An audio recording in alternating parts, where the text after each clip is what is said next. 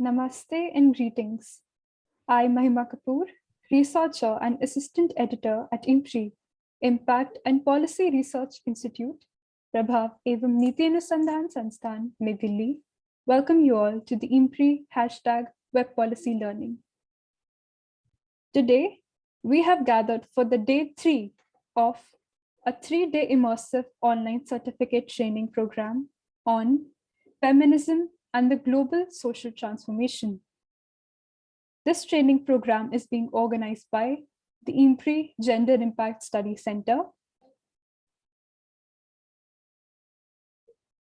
This 3-day course will strengthen feminist consciousness and solidarity and provide a basic understanding of feminist concepts and worldview, along with opportunities to link with feminist campaigns. It will include sessions on understanding the intersectionalities of feminism and social justice and transformative change at a personal and societal levels. The course will also build an understanding of feminism, feminist movements, and link gender to other structures and systems in society within a global framework. The course advisor is Professor Vibhuti Patel, visiting professor IMPRI New Delhi, and former professor, Advanced Center for Women's Studies, Tata Institute of Social Sciences, Mumbai. The theme for day 3 of the course is interconnectedness of gender and other structures and systems in society within a global framework.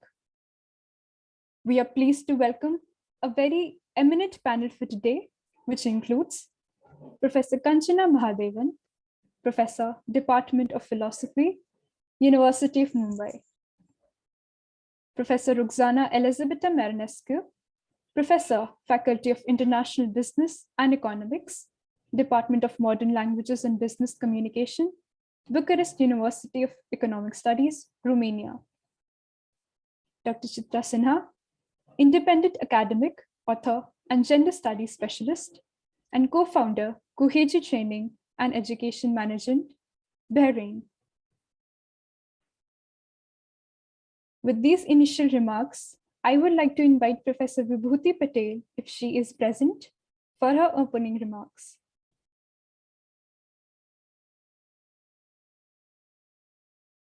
Ma'am, kindly unmute.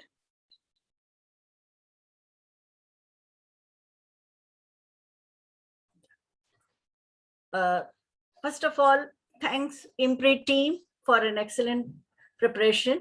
And the panelists for today, Professor Roxana Marinescu, Professor Kanchana Mahadevan, and Dr. Chitra Sinha.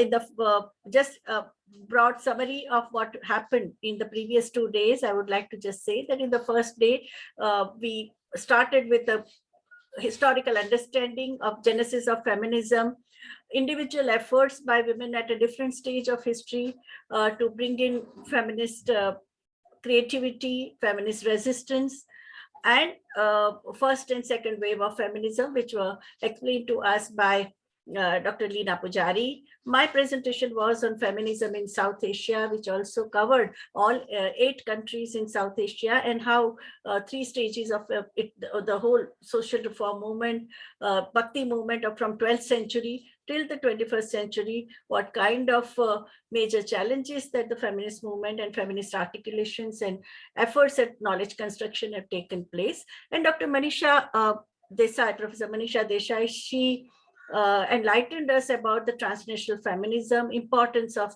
intersectional understanding, and global solidarity that we need to have for a transformative agenda. Yesterday, Dr. Linda Lane, she highlighted intersectional feminism in the industrialized world.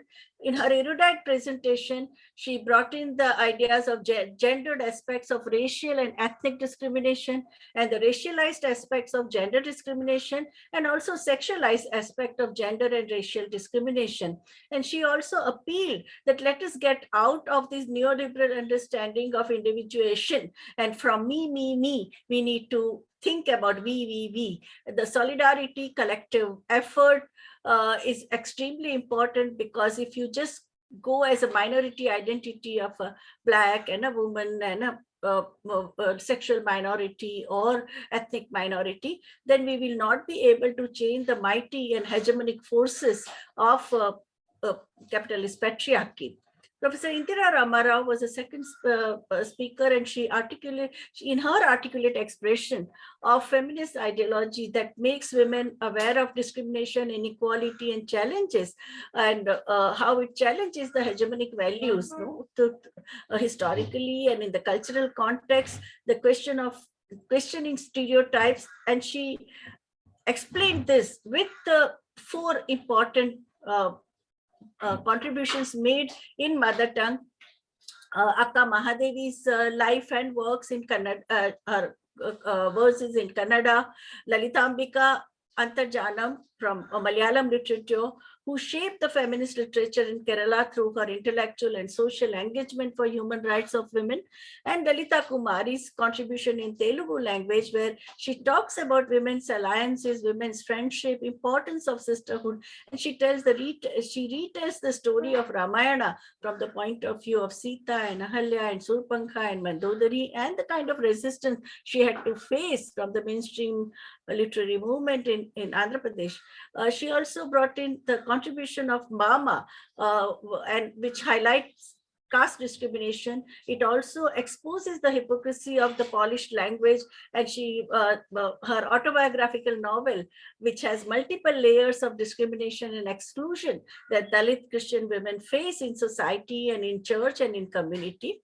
The third speaker yesterday was Pushpesh Kumar. In his brilliant lecture, he highlighted again the intersectionality from the vantage point of the sexual minorities and transgender and the persecution, exclusion, and discrimination that they face.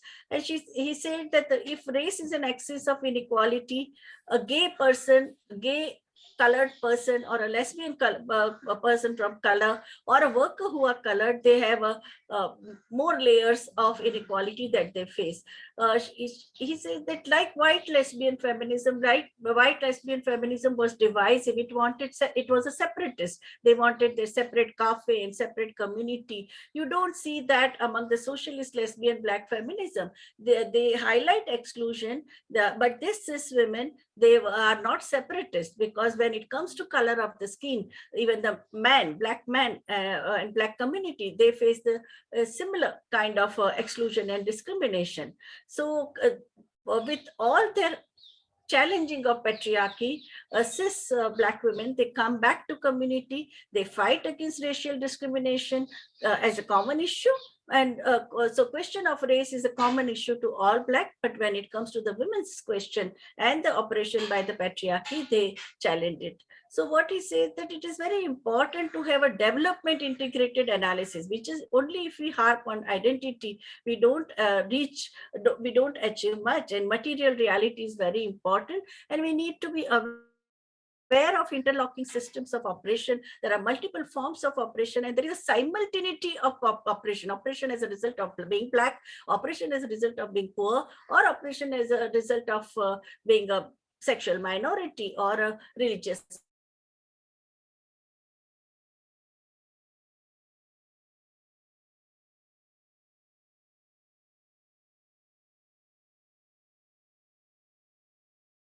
important contribution during the 70s, this bridge called my back, by writing of radical women of color in feminist anthology edited by Cherry Moraga and Gloria Anzaldúa in 1981. And now also I think there was a celebration of like 40 years of its publication.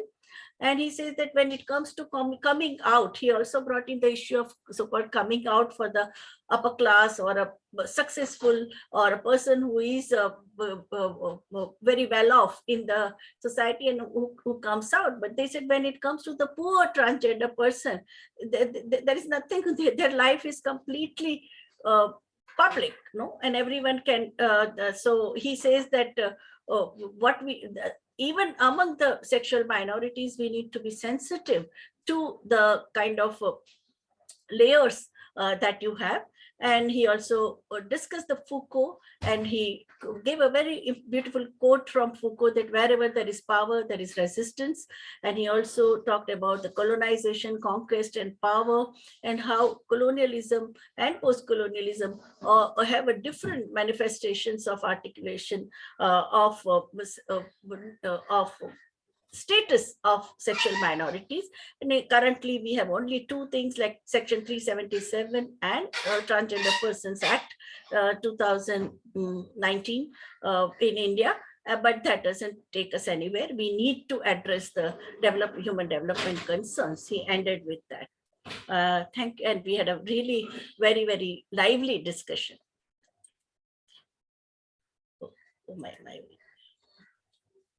My video was closed. Yes, thank you, ma'am, for setting the context for the day 3 of the course. I would now like to invite Professor Kanchana Mahadevan for a lecture on feminist legacy and the pathway for global social transformation.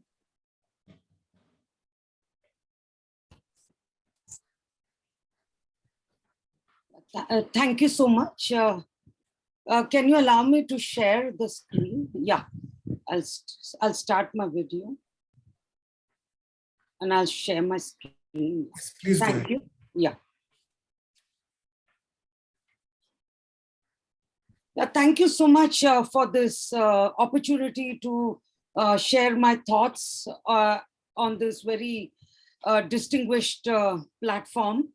My gratitude to Professor Vibhuti Patel and the team at IMPRI for this. So I will be approaching this whole issue from the point of view of philosophy and the possibility of questioning to some degree Western feminism, which is something that has happened in the feminist theory of Gayatri Spivak and Mohanty and so forth. So that is where I'm coming from. But at the same time, I'm going to also point out that there are some limitations in the critique, and the big limitation is the lack of engagement with caste. And so the intersectionality that has been brought out earlier, what Professor Patel described about race and gender and the need to struggle against racial oppression at one level, but at the same time to also recognize the specificity of patriarchy and gendered oppression at another level. This needs to be articulated, in my opinion, at least from the philosophical perspective in mainstream philosophical theory, which has not really happened so clearly. And I argue for double decolonization position. So on one side, we should decolonize Western feminism, but at the same time, we also need to decolonize Indian feminism to an extent and bring in the discourse on caste, so that the discourse on caste and gender does not remain separatist discourse that is ghettoized, which it tends to be at present. Okay, so I will keep running through about half an hour, I think I have, and I'll watch my time, and I'll run through this PPT. So I have two quotes from Spivak, which are going to set the tone. Basically, one is from her Can the Subaltern Speak? That there is the possibility of thinking about those who are different from us, but then can we just homogenize them and try to say that they are similar to us, you know? So those who are different from us at one level, but then are we going to bring in the similarity aspect and then say that this is the same as myself, which is what the white feminism tends to do with non-Western cultures, and which is what I think Brahminical perspectives tend to do in Indian feminism. And then again, the race class situations need to be interrogated. This is something she has observed in her post-colonial, in an interview with the collection Post-Colonial Critique. And here she says that race and class specificity needs to be taken very seriously. And I'm going to add here, caste needs to be taken seriously, since we are in the Indian location. So we need to decolonize Western feminism. This is something that has been theorized quite a bit, and we have Gayatri Spivak, Mohanty, etc. They have critiqued how Western feminism tends to neglect and we non-Western feminism, and we need to decolonize feminist thought. So this, I will argue that this brings up the problem of representation, that we can't escape representation, because is it possible for me to speak only for myself?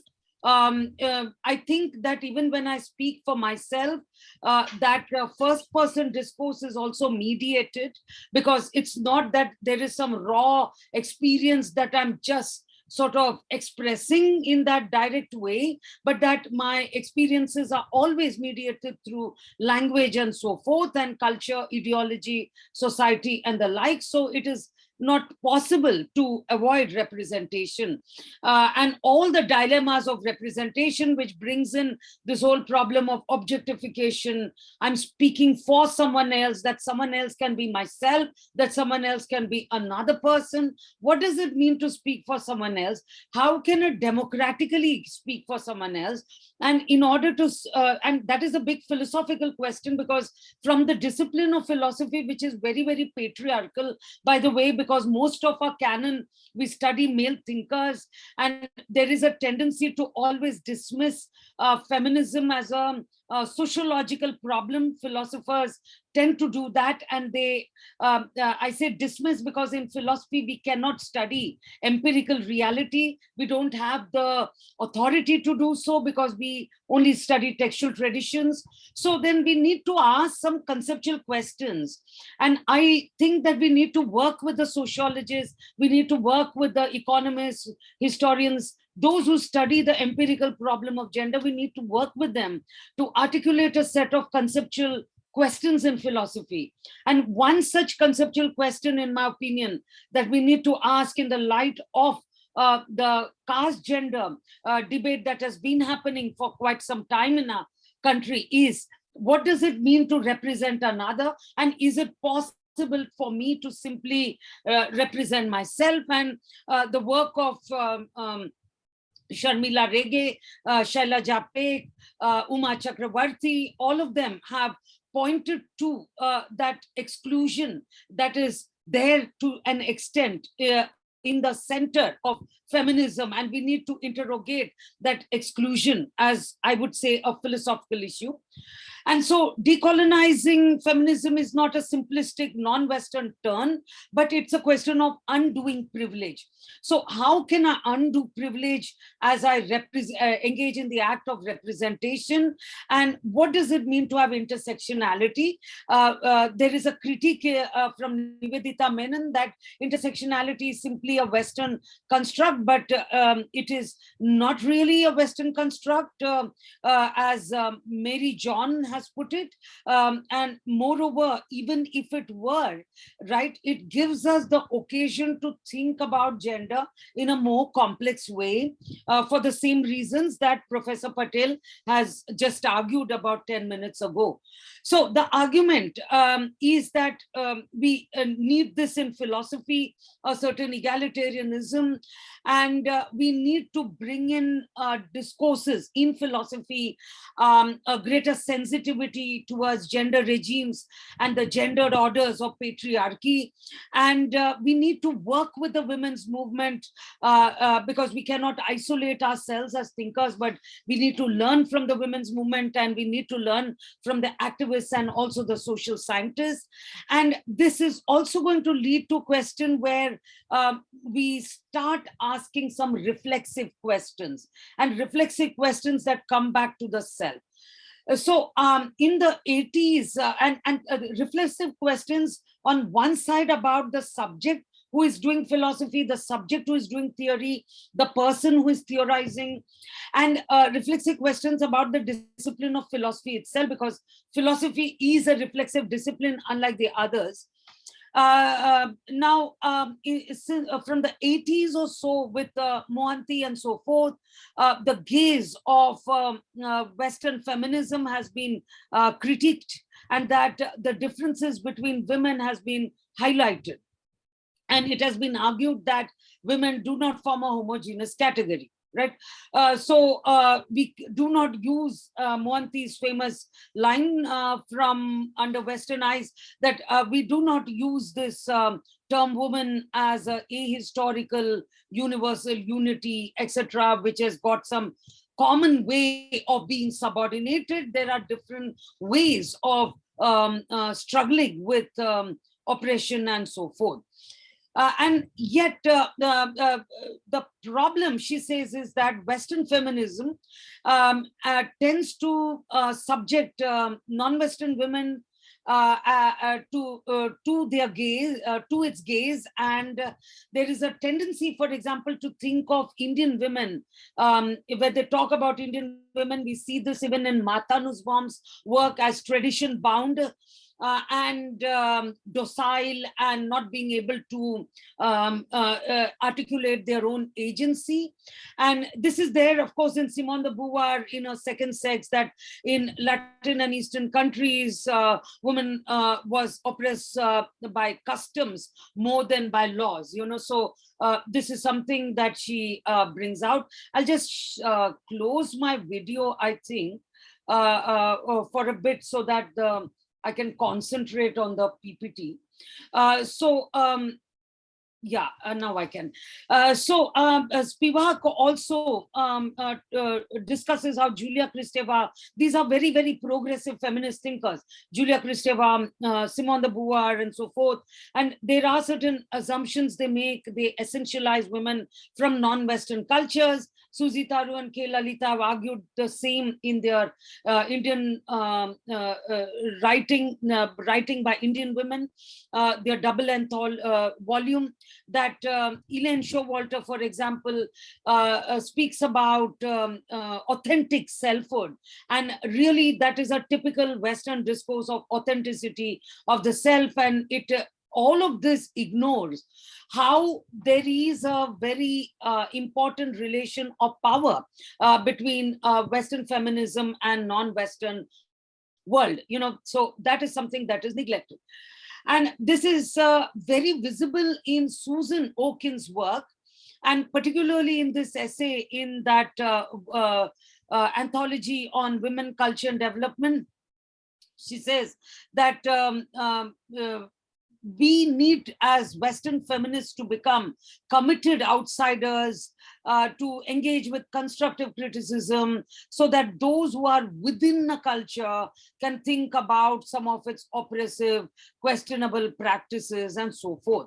Now, this is a very intriguing notion, because there is this assumption here that Western feminism has got a superior ethical, political task of saving women victims from the non-Western countries, so-called developing countries, from various cultural burdens of all stripes, you know.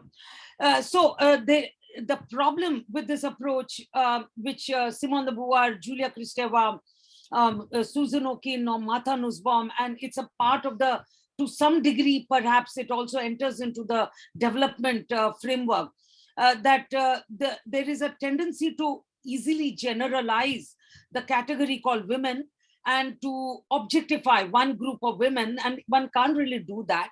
And the term women has to be constructed in diverse ways. We have to understand the inherently plural character of the term, and we need to locate it in a very local framework, you know. So the problem is that this representation, the politics of representation, Western feminists claim to speak for non-Western women. They are oblivious to various debates about gender in the post-colonial context. So they are hardly aware, for instance, of The discourses by, say, Rupreka Verma, for example, has an interesting take on Western philosophy. Shefali Moitra has got an interesting perspective on objectivity in science.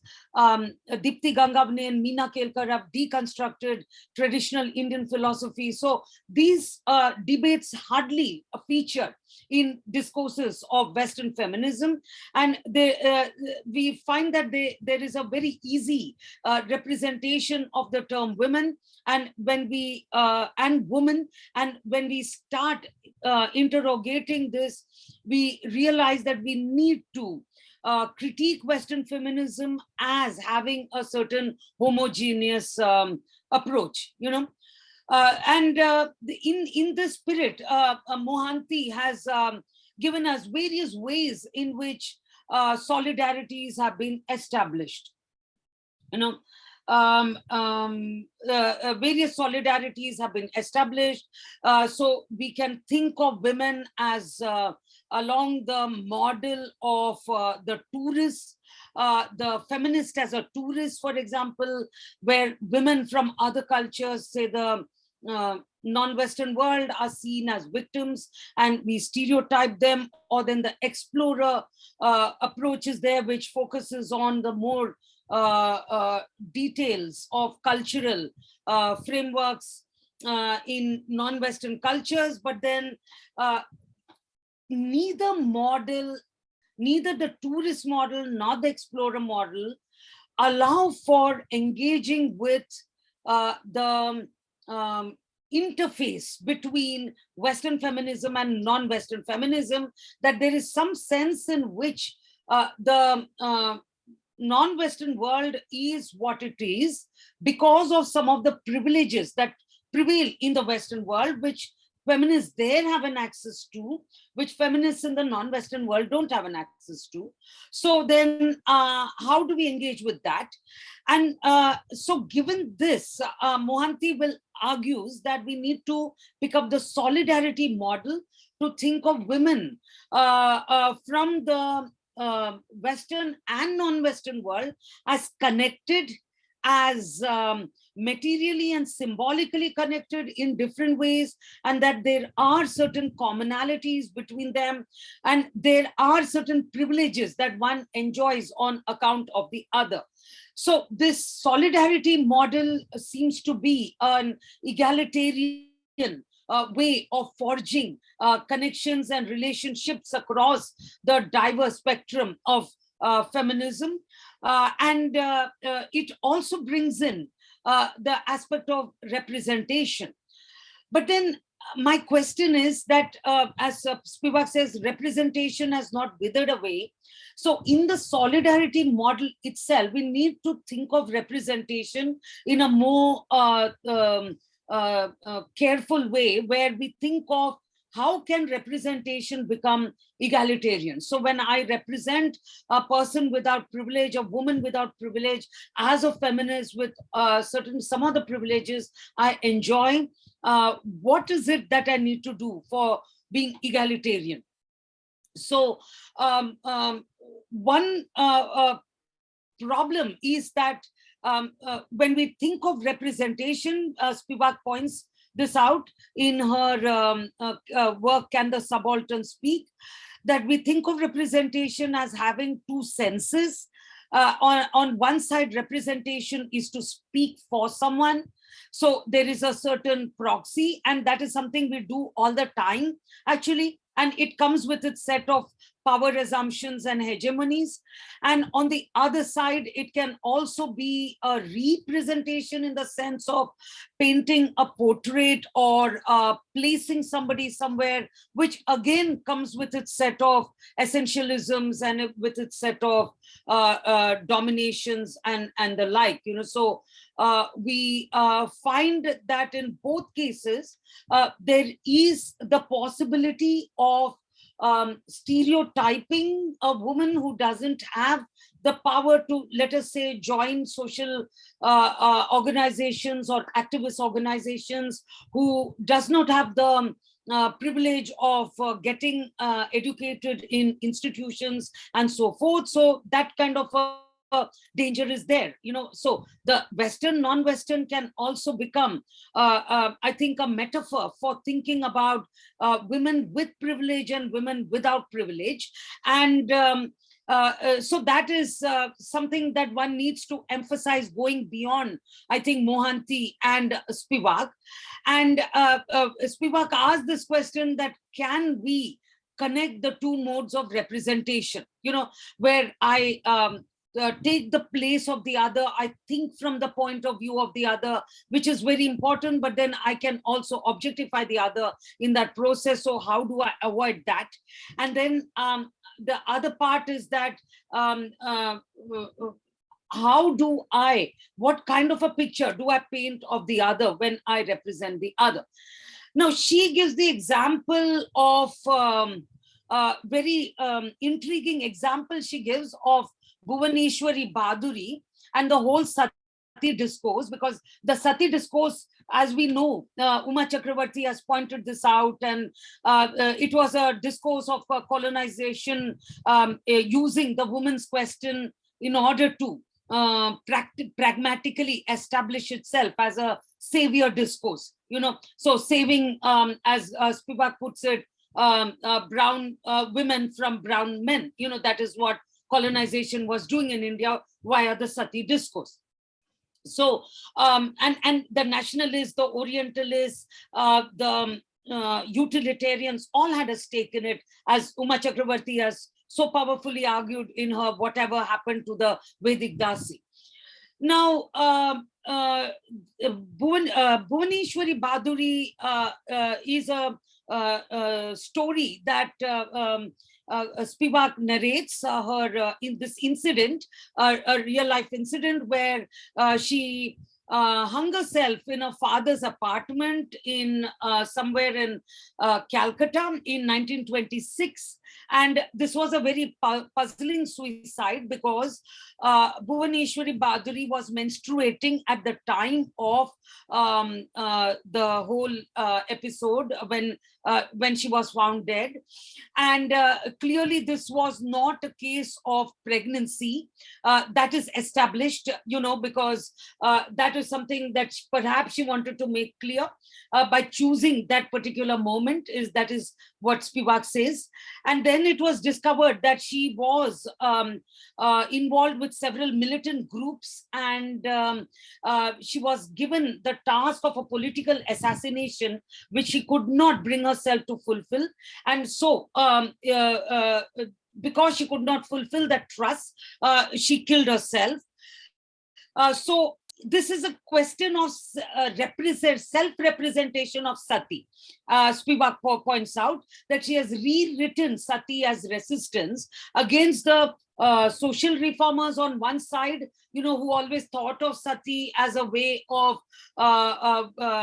obscure practice of women sacrificing themselves in a patriarchal note. And it's something that British also made the same assumption. And so she this whole case shows that women it's not about protecting women from Sati, but rather she identified herself as a brahmacharini without patriarchy and without a man's control.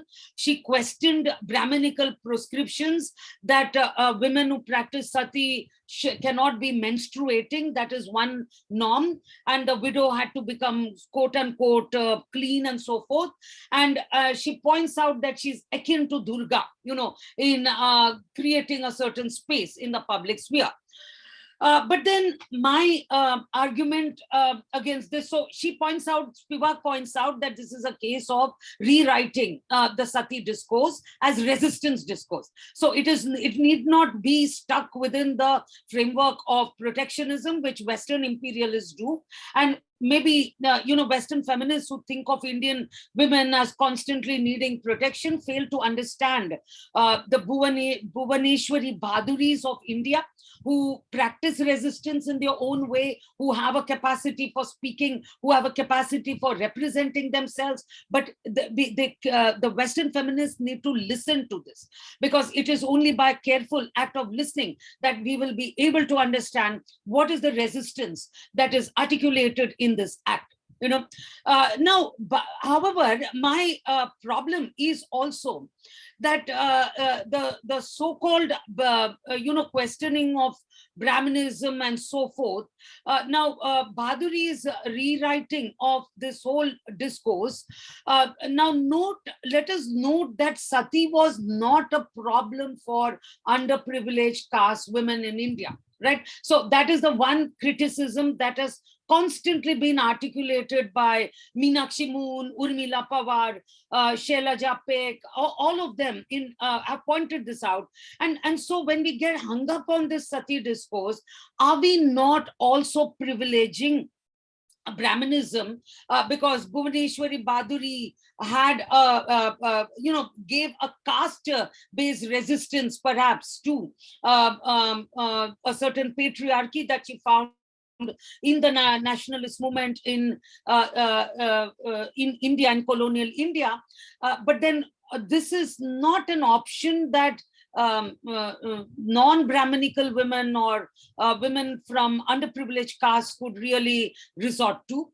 And they wouldn't want to, because it doesn't make any sense to them. It is totally irrelevant. So in a way, Bhuvaneshwari Baduri's act of resistance, even if we listen to it very carefully, comes through as an upper caste resistance. And how can we rethink resistance from the point of view of Dalit women, for example, in colonial India? And this is something that has been so beautifully documented by Meenakshi Moon and Urmila Pawar, and we also made history, about the right to public spaces, about the right to drink water from the common well, about the struggle for basic employment, and so forth.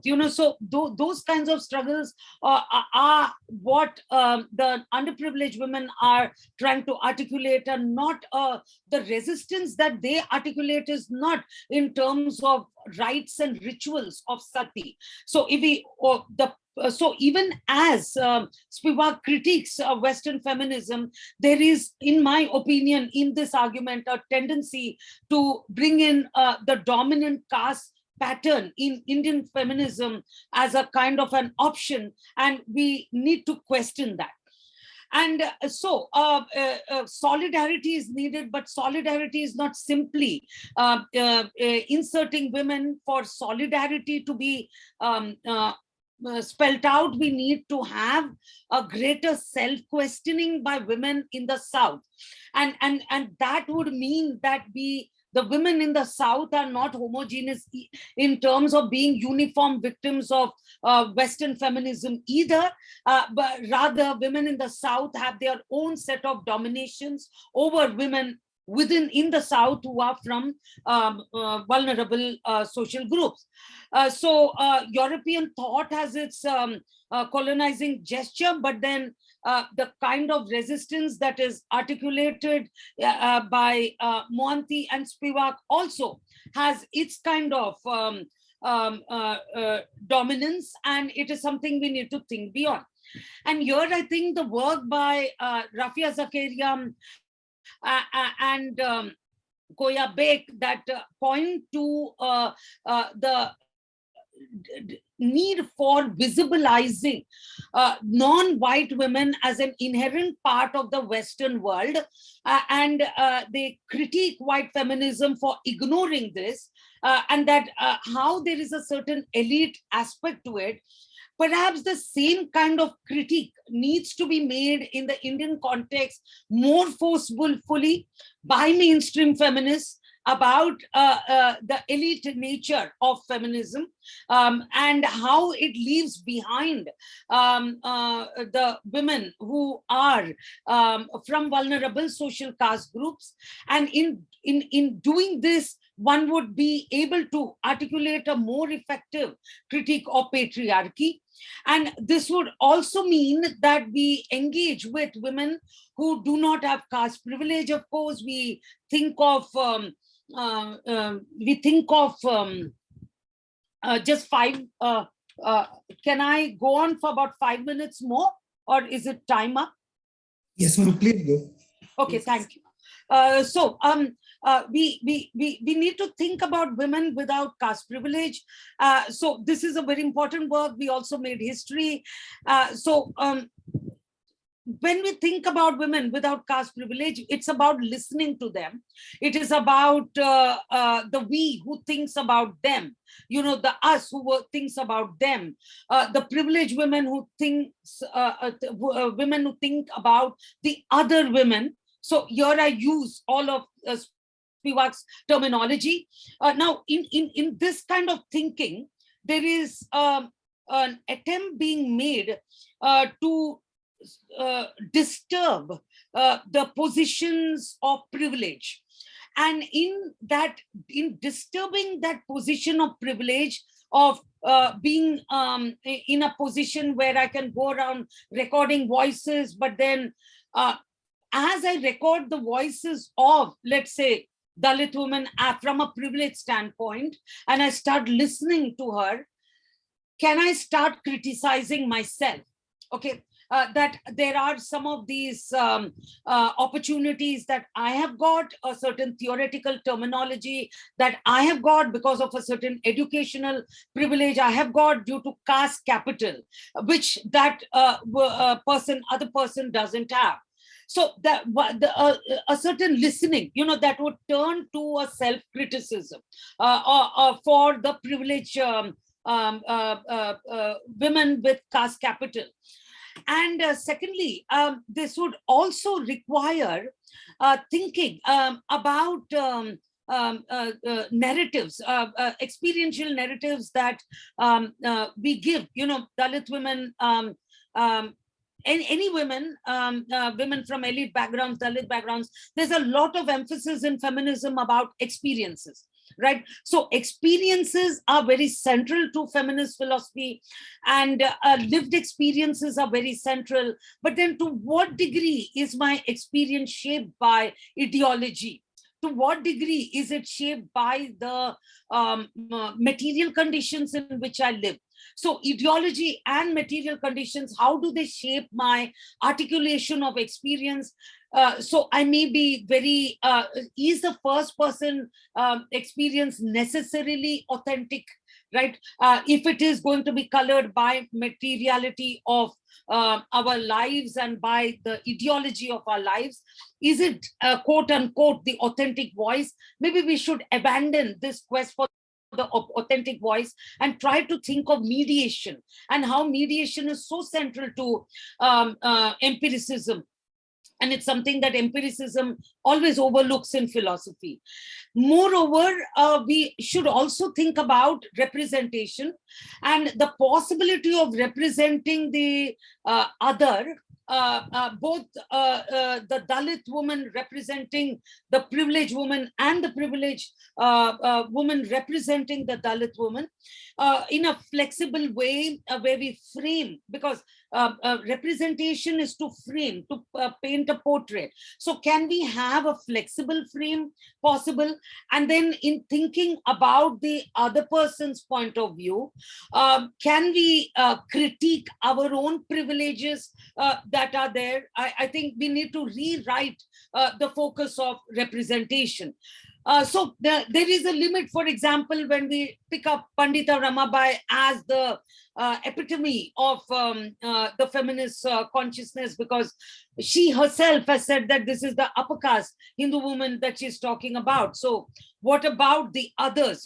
So towards the end, I point out that the need for intersection is very, very important as a theoretical category when we are talking about representation. So how do we position this word intersection? Is it just about forming alliances of convenience that Nivedita Menon has pointed out? Not really, because as feminists, one of the big important lessons that we learn from Indian feminism of in various contexts, Indian feminism and Western feminism, the most important lesson I think we have learned is that of interconnection, that our lives are connected together. And intersectionality is needed because we cannot think of ourselves in isolation. So Western feminists cannot isolate themselves from the global South. And similarly, within the Indian context, Dalit feminists and non-Dalit feminists cannot isolate themselves from each other because their lives are entangled in some way. And so we need to perhaps focus more deeply on the argument that Shailaja Peg gives, that who is the Dalit woman's ally, right? She doesn't seem to have an ally, because on one side there is the upper caste feminist, on the other side there is patriarchy. So who does she ally herself with? And maybe in dealing with this, the issue of representation could be sort of problematized a little further. And the process of double decolonization, where we think of the differences amongst women, but differences that are not just proliferation of differences, but a hierarchy, kind of exploitative relationships that happen. And is it possible to unlearn them, to rethink them? And for this, I point out that we need to bring in a certain category into feminism more explicitly, at least for philosophy. And that is the category of labor and care work. Care work is something that we have witnessed very intensely during the pandemic with the nurses and health workers and so forth. But one of the big secrets in India is that this care work is something that is often been looked down upon, right from the pre-modern times to modern times and contemporary times. And it has been viewed as a caste-based labor because it deals with healing bodies, looking after bodies, nurturing bodies, etc. So maybe by turning to this kind of labor and engaging with it, a greater kind of awareness and self-criticism and introspection would emerge, and a certain decolonizing of feminism from the Indian point of view that would be more egalitarian would emerge. Yeah. Thank you so much.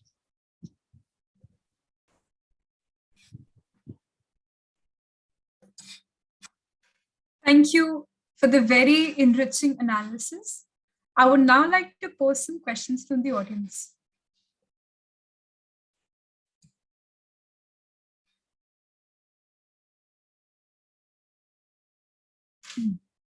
Khevna Desai says, "Thank you, Dr. Mahadevan, for that thought-provoking lecture.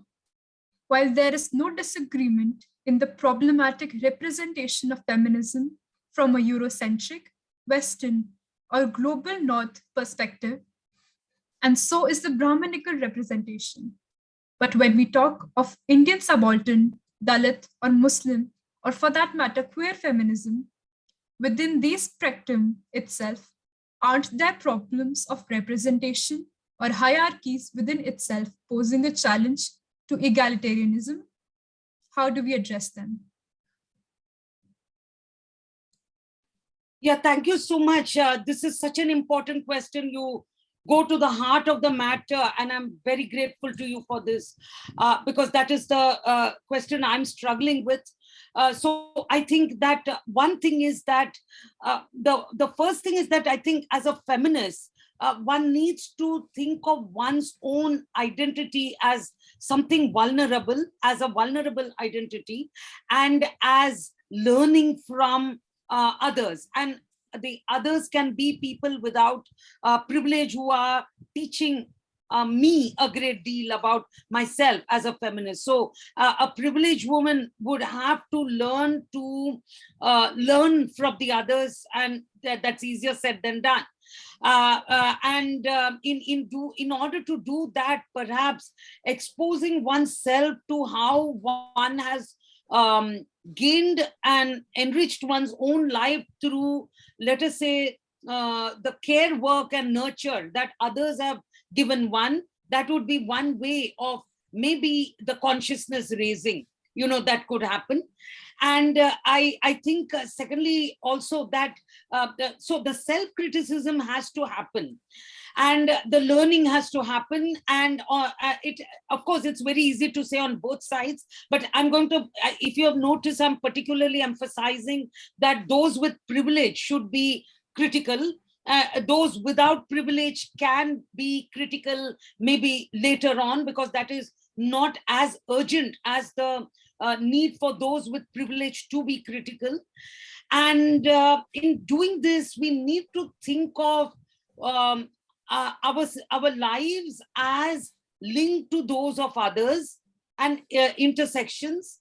And in those intersections, which are very, very tenuous, very momentary also sometimes, how do we behave with each other in participatory ways? So representation, that is important, but then that representation should be rooted in intersectionality, in participatory modes of communication, perhaps. And for all that to happen, there would have to be a certain consciousness raising that would open one's eyes to these things. And yes, feminist discourses raise a consciousness. So maybe reading more and more of feminist texts, we become more sensitive to these things, because ultimately, what is feminism doing? Whether in whichever discipline, I think it is sensitizing us in some way, right? To so many levels of invisible forms of work that are done behind the scenes. So let us sort of bring it into focus when we are engaging with women, to think of the diversity amongst women, and to also think of how that diversity has got a hierarchical relationship also. Thank you, Professor. Another user says, extremely rich presentation, particularly like the point on critiquing one's own privilege as a part of and relearning. My question, where there are so many layers in intersectional oppression, how would one separate and yet integrate these in presentation through empathetic and non-fragmented ways? Yeah, thank you so much for this question. How do we prioritize, right? So there are so many intersections. So one is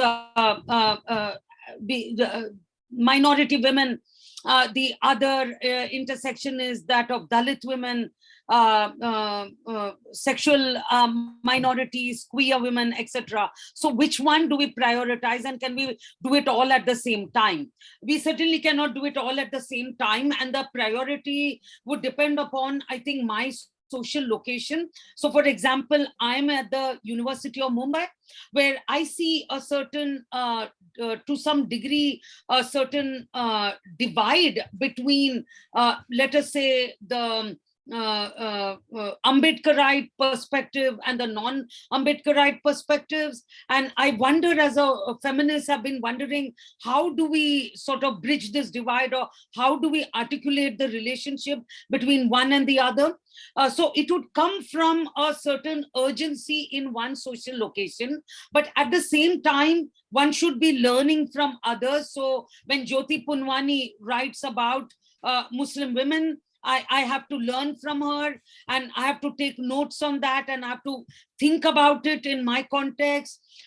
When Ruth Vanita writes about the queer perspectives, I need to once again take down notes, and I need to think about it from the perspective of my arguments on caste and gender.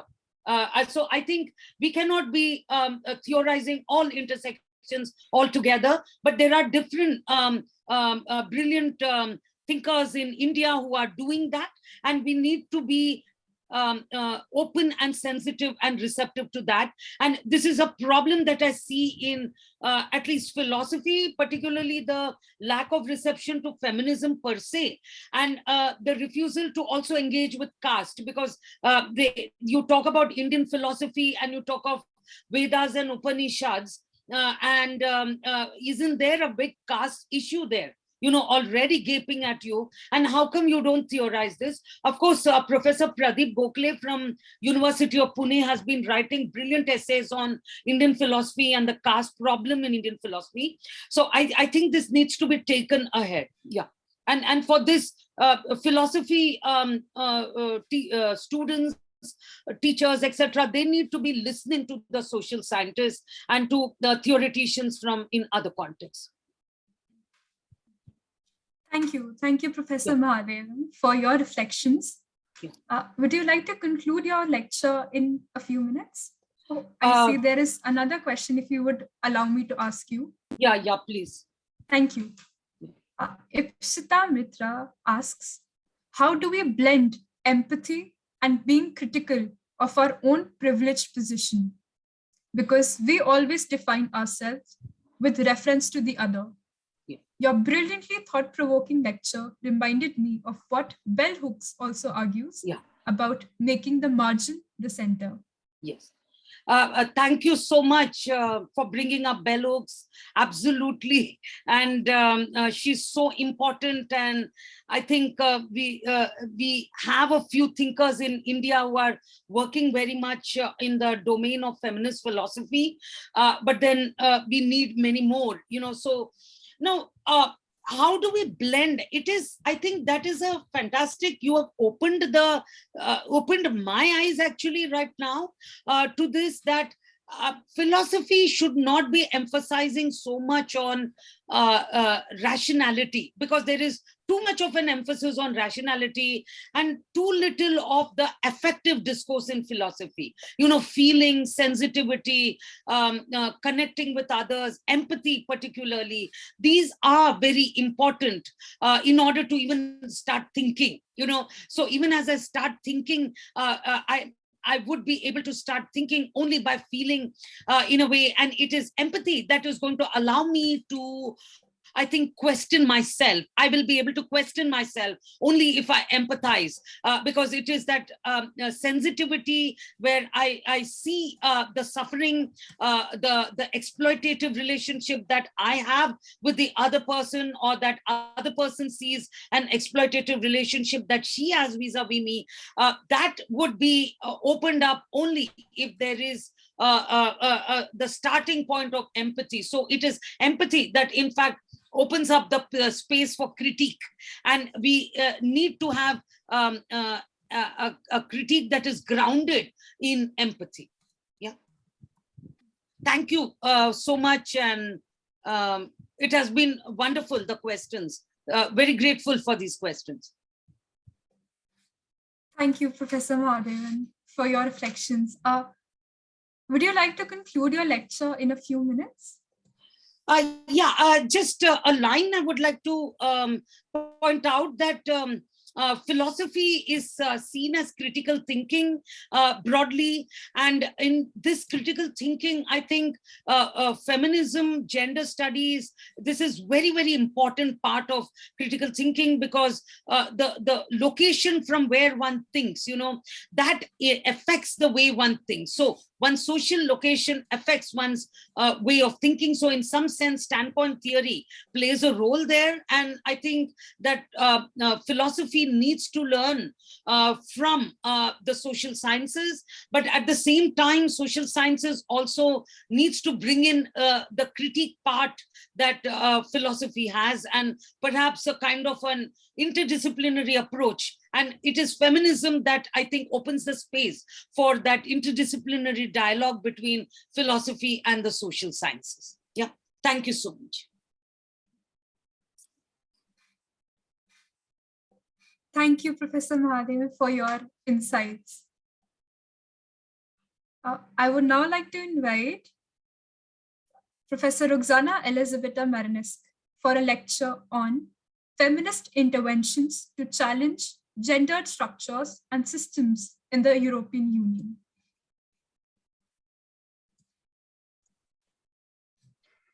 Thank you very much. I need to be allowed to share my screen. Thank you, the organizers, for inviting me, and Okay, thank you. Now I can do that. And I'm very grateful and very honored to be here with you today. As you can see, my talk will be about feminism in the European Union. And I want to state from the very beginning my position as a second world feminist. And perhaps you know what I'm talking about when I say second world feminist.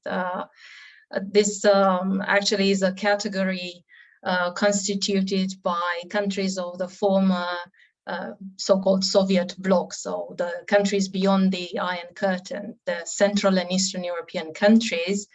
So this position, in a way, makes me closer, I suppose, to India and Indian feminists in some ways than to Western feminists. And you will perhaps understand why I say that during my presentation. I would like to begin by the situation now. I mean, generally, when one looks at gender balance in the European Union, one immediately thinks, especially if one comes from, let's say, other parts of the world, that the situation of women in the European Union is actually very good. And I can say that, in fact, there is a great diversity. We have, luckily, statistics and gender balance institute calculating an index. What I'm showing on the screen now is the index for the 2021 edition. In fact, I did share with you the document which explains this in detail, so I will not be stopping at length to explain this. Just to mention that the average is 68 percentage points, and that's for the whole European Union. But if one looks at the different countries, perhaps it is clearer to see that there is disparity between the European Union northern and western countries as compared to the Central and Eastern European and some southern ones. So of course we've got Sweden on the first place. I'm not sure if you can see it here above, followed by Denmark and the Netherlands and France and all the others. And on the last place there is Greece, and just above it Hungary, Romania, Slovakia, Poland, Czechia, Cyprus, Lithuania, Croatia, Bulgaria, and so on. So I'm just trying to show exemplify the diversity here. In terms of the components of this index, the highest is to do with health. And indeed, we can see that gender balance in terms of health in the European Union is quite good. And in fact, the women who do not benefit from a public health system are women who are not of European origin. So women who were born elsewhere, that is immigrants, or women who belong to vulnerable groups within the European Union. Members of all types of minorities, for example, the Roma minority, which is very much discriminated against in Europe still, or members of LGBTIAQ plus groups, women with disabilities, women in vulnerable situations, and so on. The lowest dimension, as you can see here, is that which regards power, which is quite interesting. Of course, generally speaking, all these indexes went back because of the pandemic. So they are a bit lower than they were before the pandemic. And the data that we see here is from 2019. So they didn't manage to catch the changes. We will probably see that in the following years. But talking about power in the European Union, it is again very interesting to say that in terms of gender balance, political power and economic power is mostly held by men. Even at the European Union level, in this latest current legislature, there are 39% women and 61% men. In national parliaments, the situation is even lower, also depending on the country, with the lowest position, Hungary, where women only hold 12%. The same in terms of national governments, also economic representations. Only 30% of boardroom members in 2021 were women, and in large companies, less than 1 in 10 board presidents or CEOs were women. However, at European Union level, we can see that now in 2022, we have these 3 women who hold the highest positions. So the president of the European Commission, the one on the left, the president of the Central European Bank, and the president of the European Parliament. Of course, just by looking at this picture, you can immediately portray the type of representation that they embody. As the previous speaker emphasized, this is only a type of sort of westernized kind of representation that we can see here. So is this enough? Of course, is the next question to ask.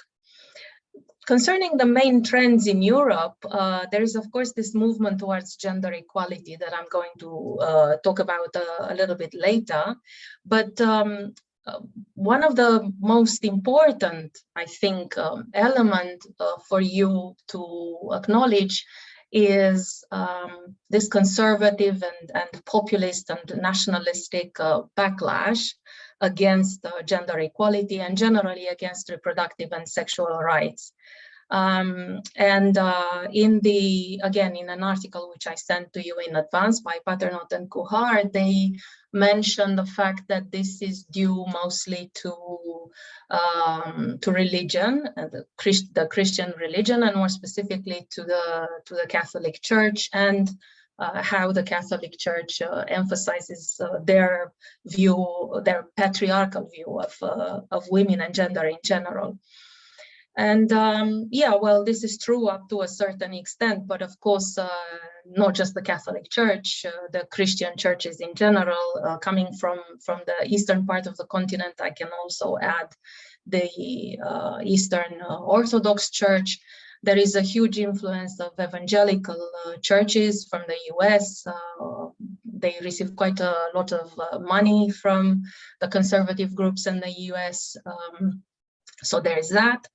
On the other hand, there is also of course, the fact that in Europe, in the past few decades, as probably in other parts of the world, we have an emphasis of neoliberal regimes which favor this kind of individualistic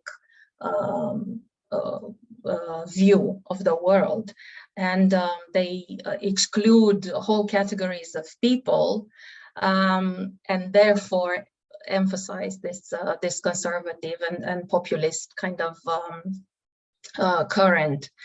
Sylvia Wolby even wonders whether we can call this fascist.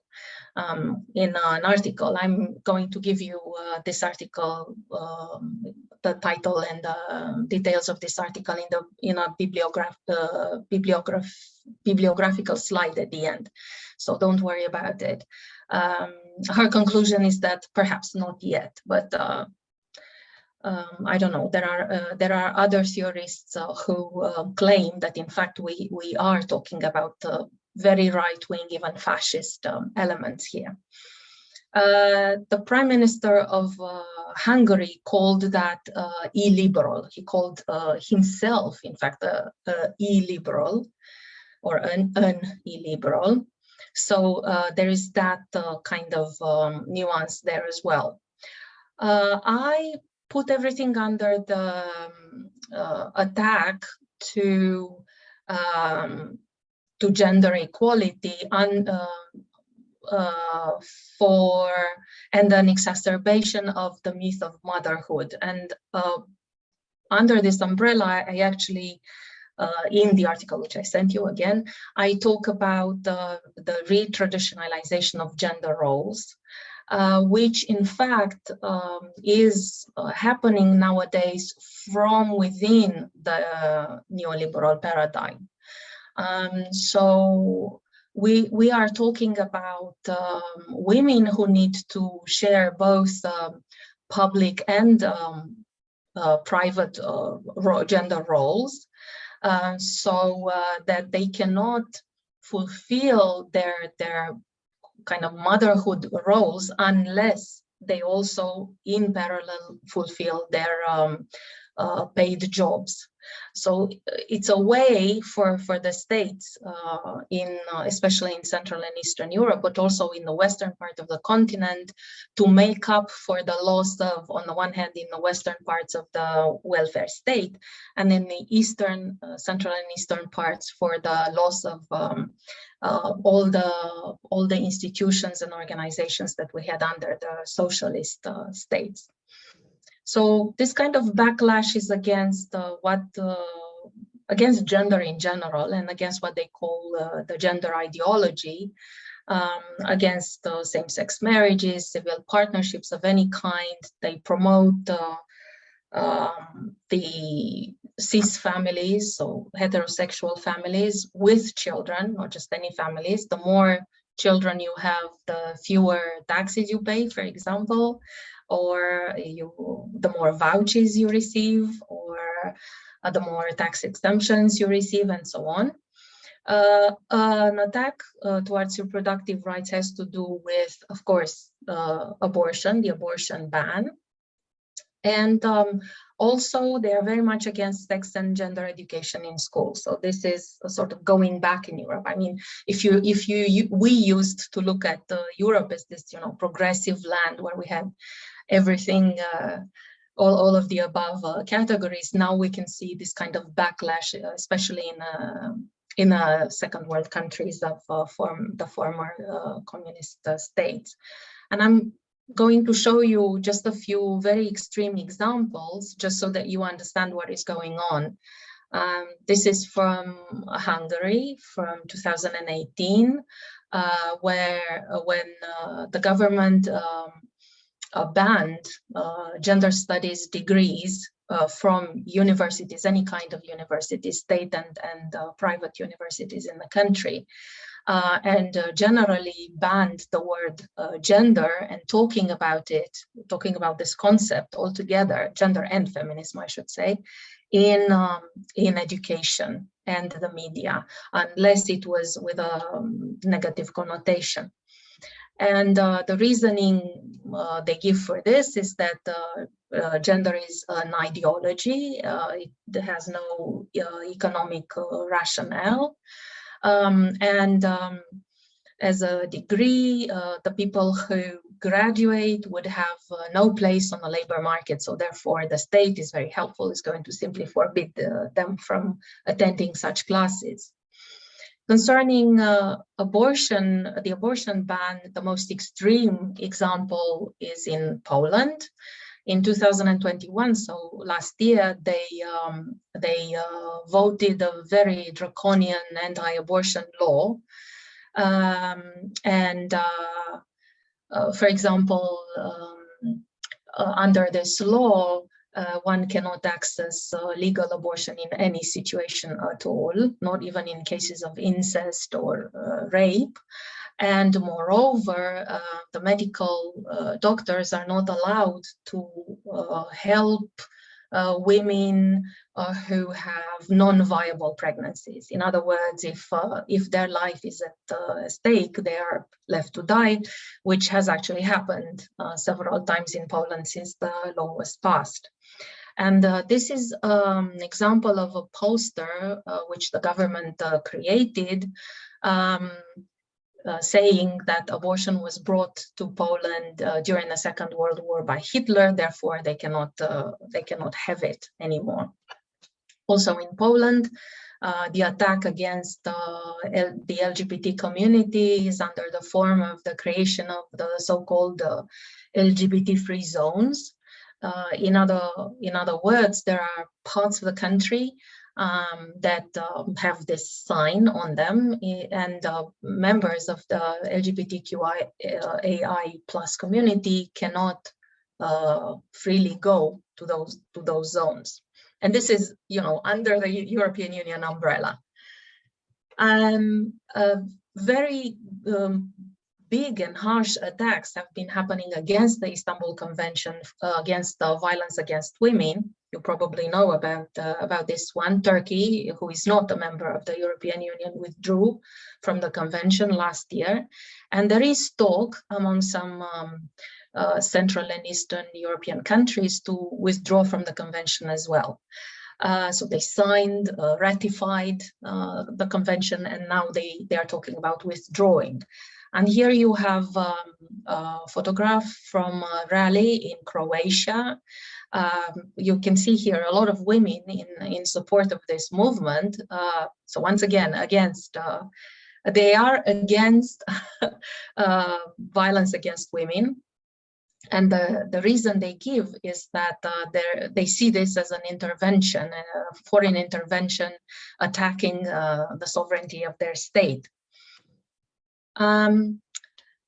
Coming back to movements towards gender equality and feminist interventions and how we can oppose this kind of backlash, what we have been seeing in the European Union are two-way movements.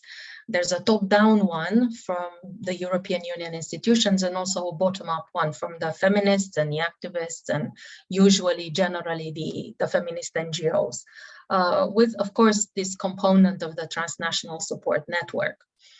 Now, talking about the European Union institutions, it is very interesting for me and for us as feminists from Eastern European country to see how feminism and gender awareness and gender balance is promoted from within the European Union institutions and how they are trying to impose them to all the countries in the EU. So, for example, we have a gender equality strategy, we have research and innovation program, Horizon Europe, which requests any type of organization and institution applying for funds to have a gender equality plan. They have been trying to impose quotas since 2012, but they haven't managed so far. However, some European countries adopted them, either legislative electoral quotas or quotas for women on boards, binding or voluntary, and so on. And we can see the results. Just to give you a few examples from the gender equality strategy, just so that you know what this is about. It, of course, starts from the assumption that we should have full equality and full parity in gender balance within the European Union. And then they have 6 pillars in terms of violence and combating stereotypes, then in the economy, in the area of care, leadership, and then mainstreaming, funding actions, and also in the foreign policy of the European Union. The same about Horizon Europe. As I said, this is a huge research and innovation plan. 95.5 billion euros are at stake. And what they require now is for a gender equality plan to exist as an assumed public document with dedicated resources, financial and also human resources. And they should be collecting data divided by gender, monitoring this data and activity, and also perform training in order to get awareness and to get to a higher level of equality. They also have 5 other recommended areas that have to do with work-life balance, including measures against gender violence, sexual harassment, and all that. So they cover almost everything. Now, the second part of this, or the counterpart, the flip part, the criticism. Of course, there is quite a lot of criticism which can be brought to these ideas. Just to go back to the image which I showed you at the very beginning, of course, you can see a certain type of representation and a certain type of image here. And as I said, you know, coming from where I come from, of course, we can look at all these documents with a critical eye. And the first criticism is that everything that is done from within, and in order to keep the same kind of neoliberal paradigm.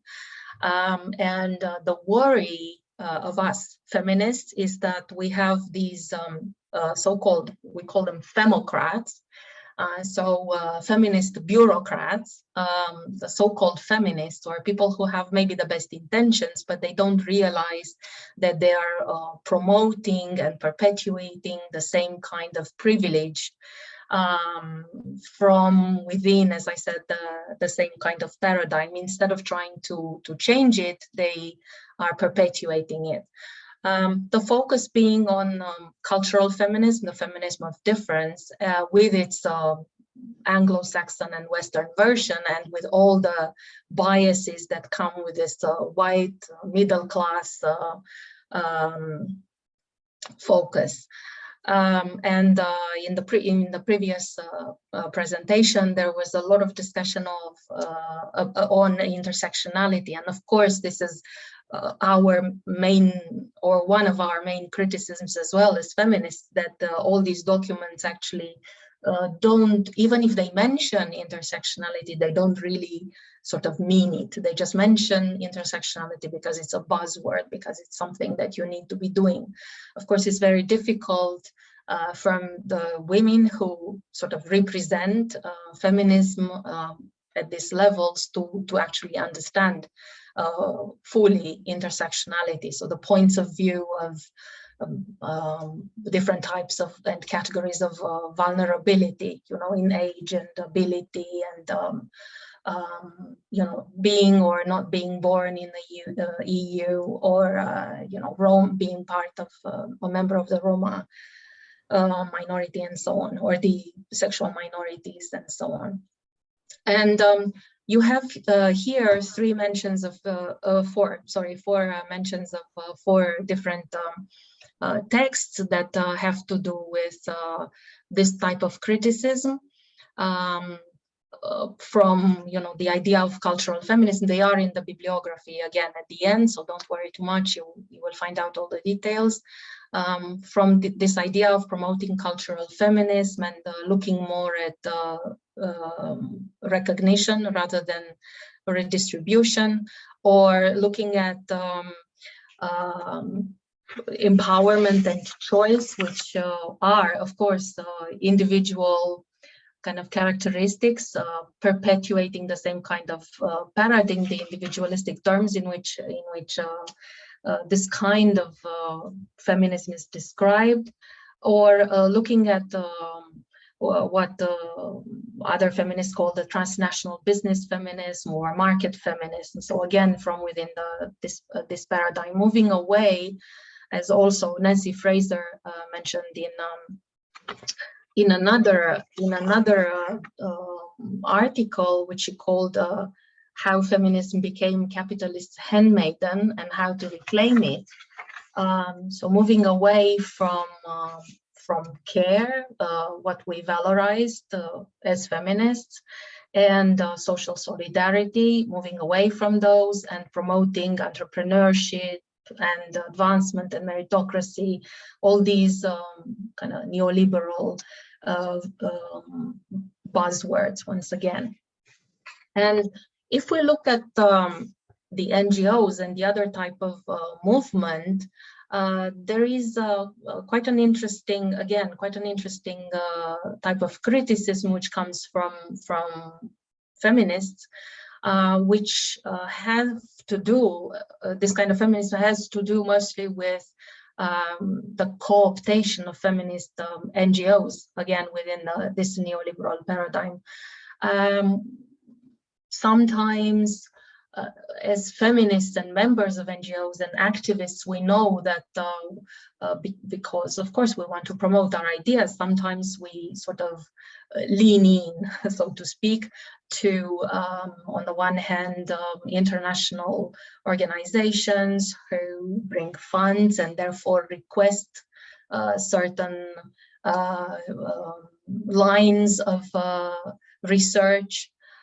And on the other hand, we need to fulfill the state bureaucracies, and therefore, again, we sort of need to adjust and be flexible with them. And there is this danger that we sort of become part of the main discourse.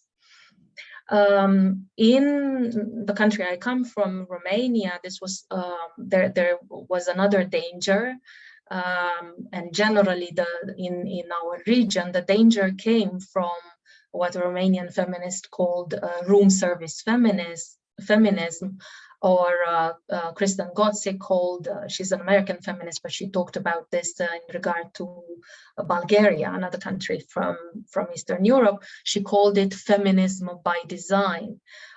In other words, when in the 1990s, international organizations arrived in our countries, the so-called international donors, they sort of promoted the type of Western feminism against Anglo-centric and white and middle class, to which us as second world feminists sort of accepted and adopted without adapting it to our own needs.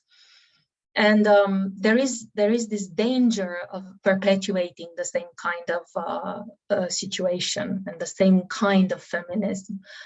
In fact, I discovered that you may have the same situation in India.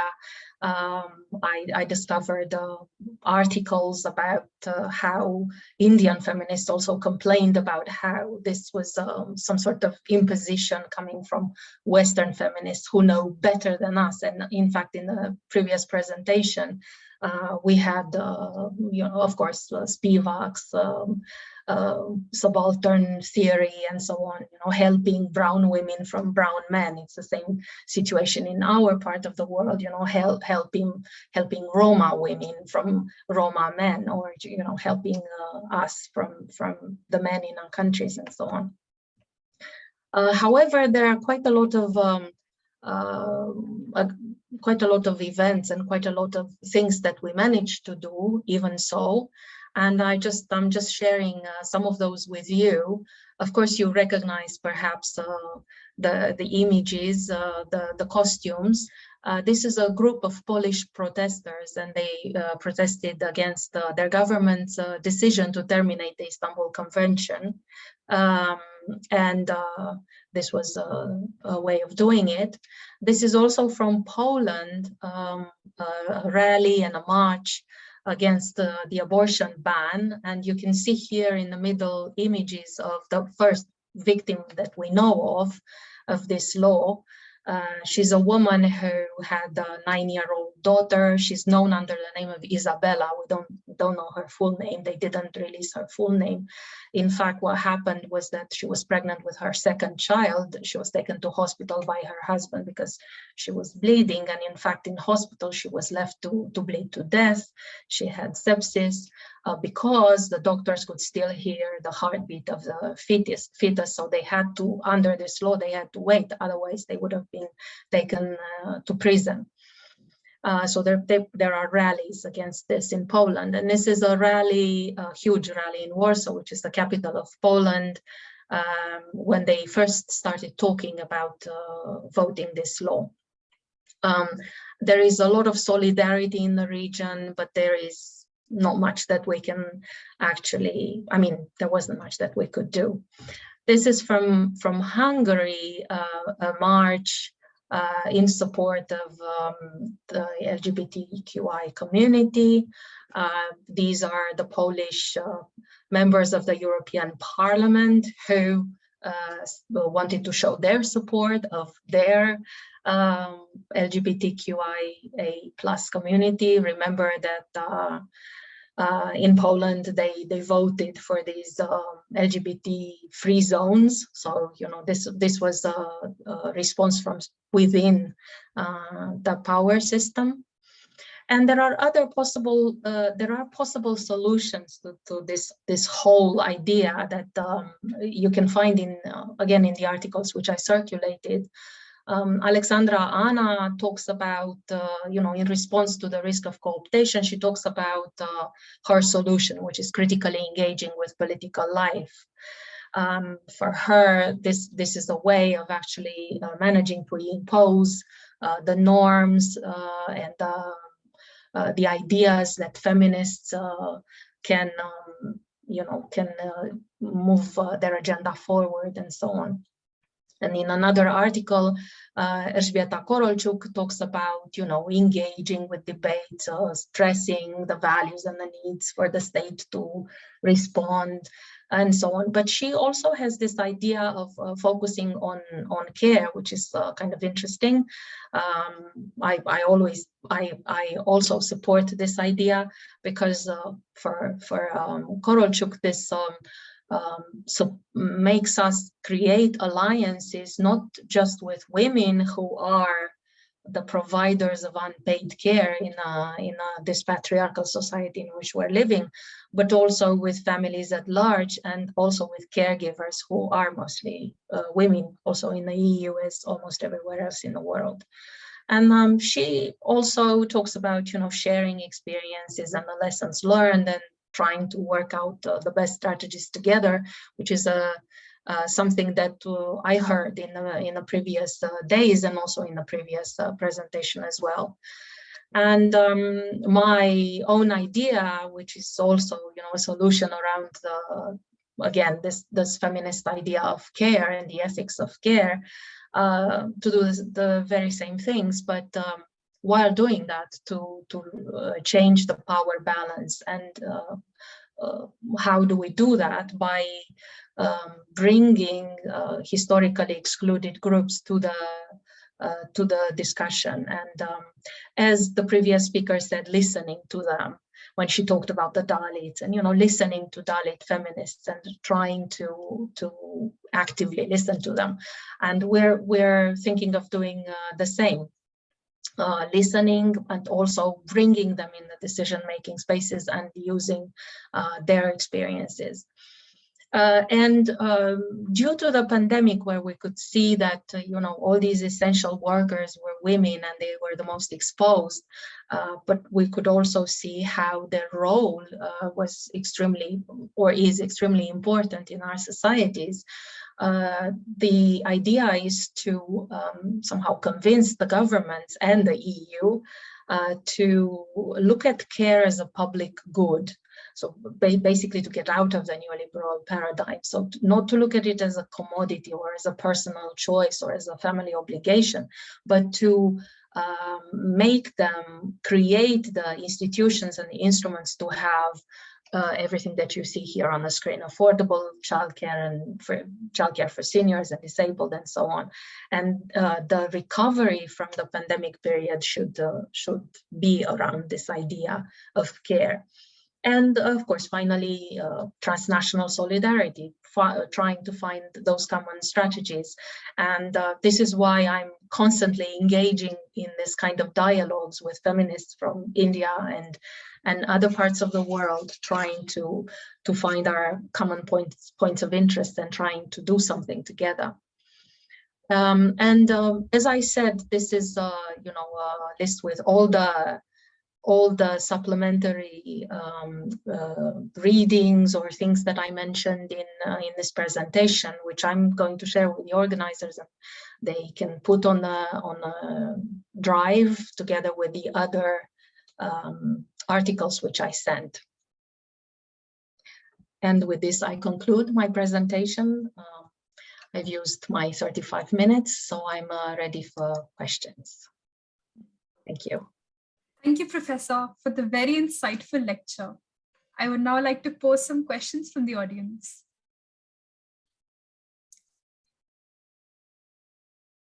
Kevna Desai says, it is indeed shocking to see that there are parallels between the Second World feminist struggles with that of India. Would you like to throw this? I would like to know the state of freedom of speech and expressions, especially on social media, in the nations of Romania, Hungary, or Poland.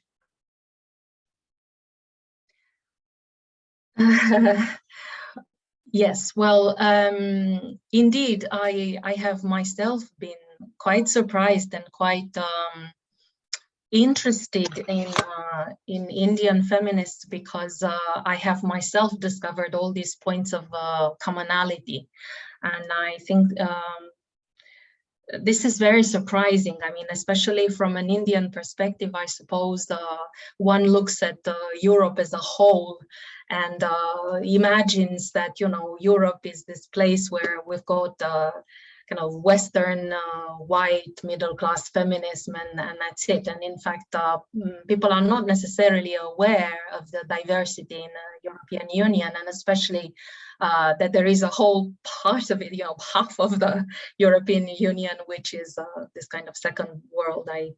This is a term which is being used nowadays.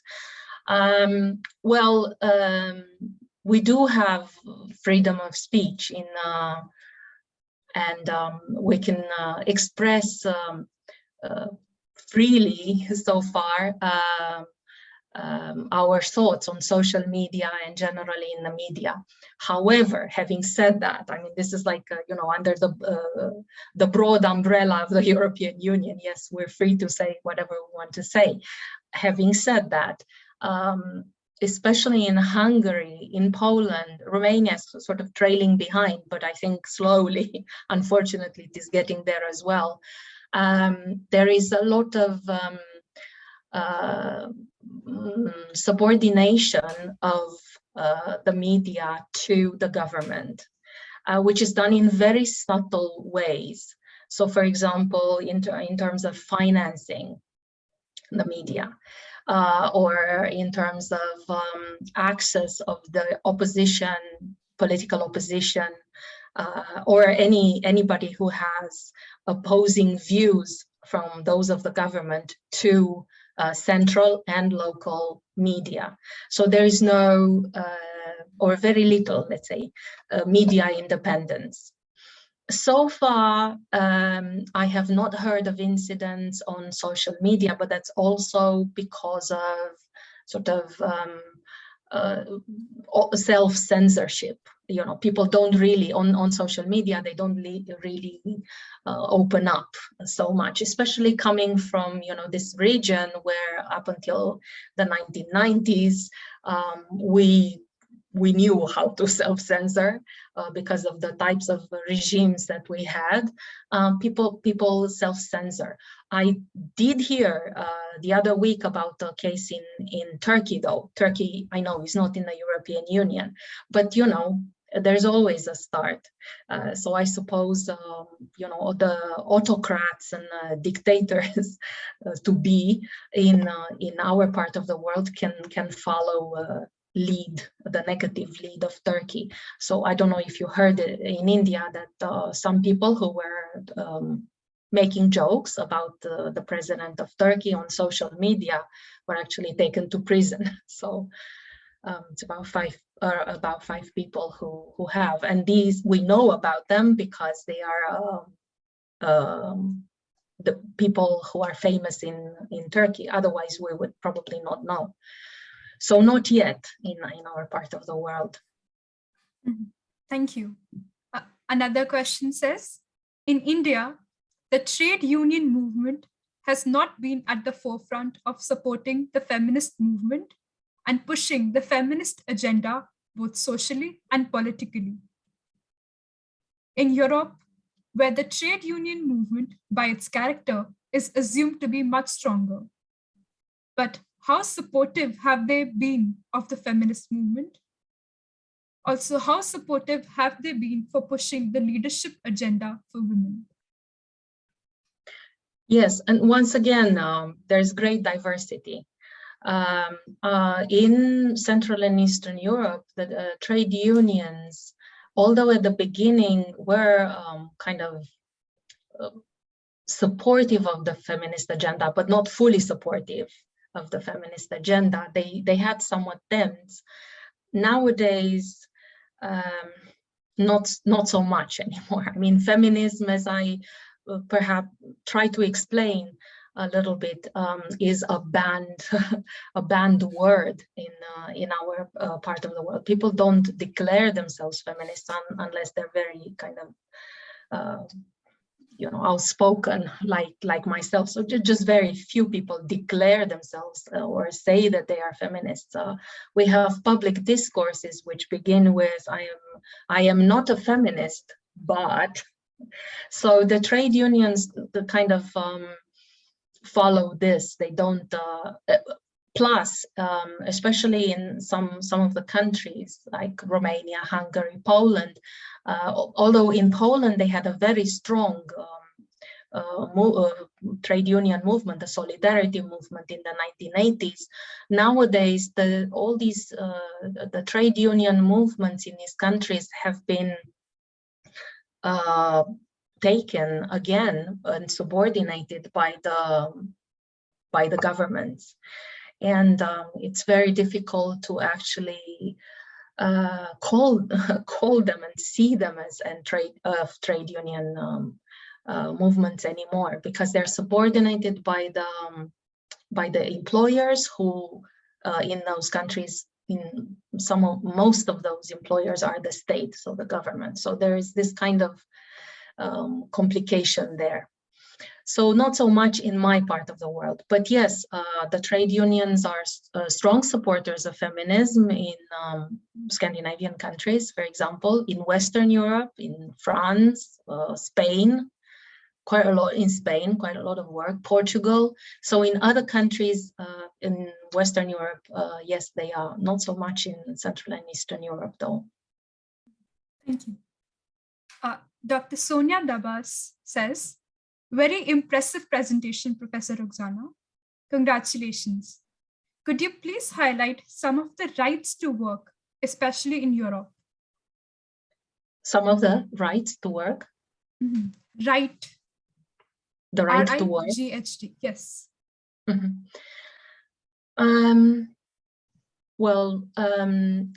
Up until, well, basically we have free right to work, so anybody can get a job and work freely. This is the first one, irrespective of gender. So this is the general umbrella and the general European Union principle, as well as, you know, it is inscribed in all the constitutions in the national constitutions of the states belonging to the European Union. However, once again, you know, there are discrepancies. It's very problematic for women who come from vulnerable backgrounds, who perhaps they are uneducated, because once again, there is the right to education, but this exists as a right in itself, but maybe not everybody can access education so easily. It's the same as in India. Okay, maybe you belong to a region where there are fewer schools, or there's only one school up to 4th grade, for example, in your village, and your family doesn't have the money or the possibility to send you to the nearby town to access education and so on. So there is the, the situation of these usually mostly women, also the situation in their families, possibly belonging to, again, different kinds of groups. It is much more difficult for trans women, for example, or trans people in general to get to access work than from the cis women or cis individuals. Or it is more difficult for members of the LGBT community to access work. So there is a general rule that that everybody could do that, but then again, it's more complicated. But I suppose that's everywhere. I don't know if I answered the question, but thank you so much for your evaluations. Would you like to conclude your lecture in a few minutes? Yes, well, unless there are other questions, this is all that I had to say. Looking forward to the following presentation. Professor Indira Ramarao wanted to say something. Professor Indira Ramarao, are you there? Please unmute yourself.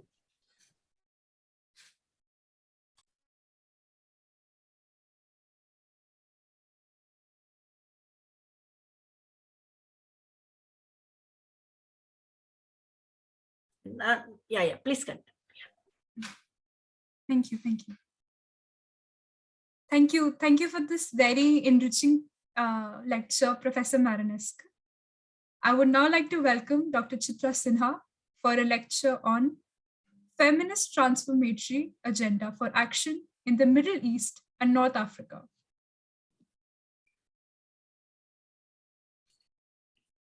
Hi, hello. Am I audible to all? Yes, Tom. Yes, yeah. Yes. Thank you so much for inviting for this workshop or program. I'm very happy to be here, and I thank the institution, Impact and Policy Research Institute, Dr. Arjun Kumar, Professor Vibhuti Patel, for having me here. And I always appreciate that you try to bring in Mena in the conversation, because there are many a times when we have a global discussion on feminism in whichever form, Mena is not quite often discussed. Is it so? I mean, that is what at least I have seen. I think Professor Vibhuti will say, at least when I was in India and I was doing my research, we were not very much aware about what is happening in Middle East and what is going on in this region. But in today's context, as I feel and what I follow, of course, I work on India and I work on MENA simultaneously. So I see this, the conversations that are going on in India now. It is very important for us to be aware of feminist conversation, discussion, dialogue as it is going in MENA region. But since I understand that the group we are supposed to have here in this program is varied, not essentially all feminist scholar or a student of gender and women's studies are joining here. So I would keep my discussion rather jargon free and base my discussion on ground realities and keep it rather simple. Okay, can I just try and share screen? Oh. 1 second, I'm trying. Oh, I did something, I think. Hello, have I lost you all? Ma'am, you're audible. I'm audible. Also. Yeah. Am I visible? Yes. Yes. You can see your screen. Okay, you can see my, I'm trying to share some slides. I don't know whether I will be able to do that.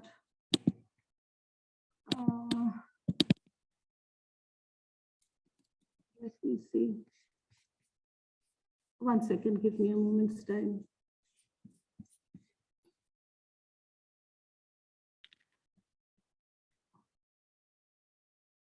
Oh. No problem, ma'am. Would you like to send it to us? We can share it. I will just let me see.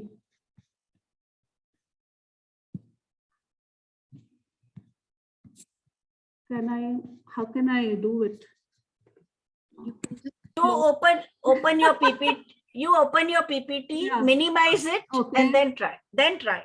Yes, ma'am, you can stop the share and then try to open the PPT, then try the share.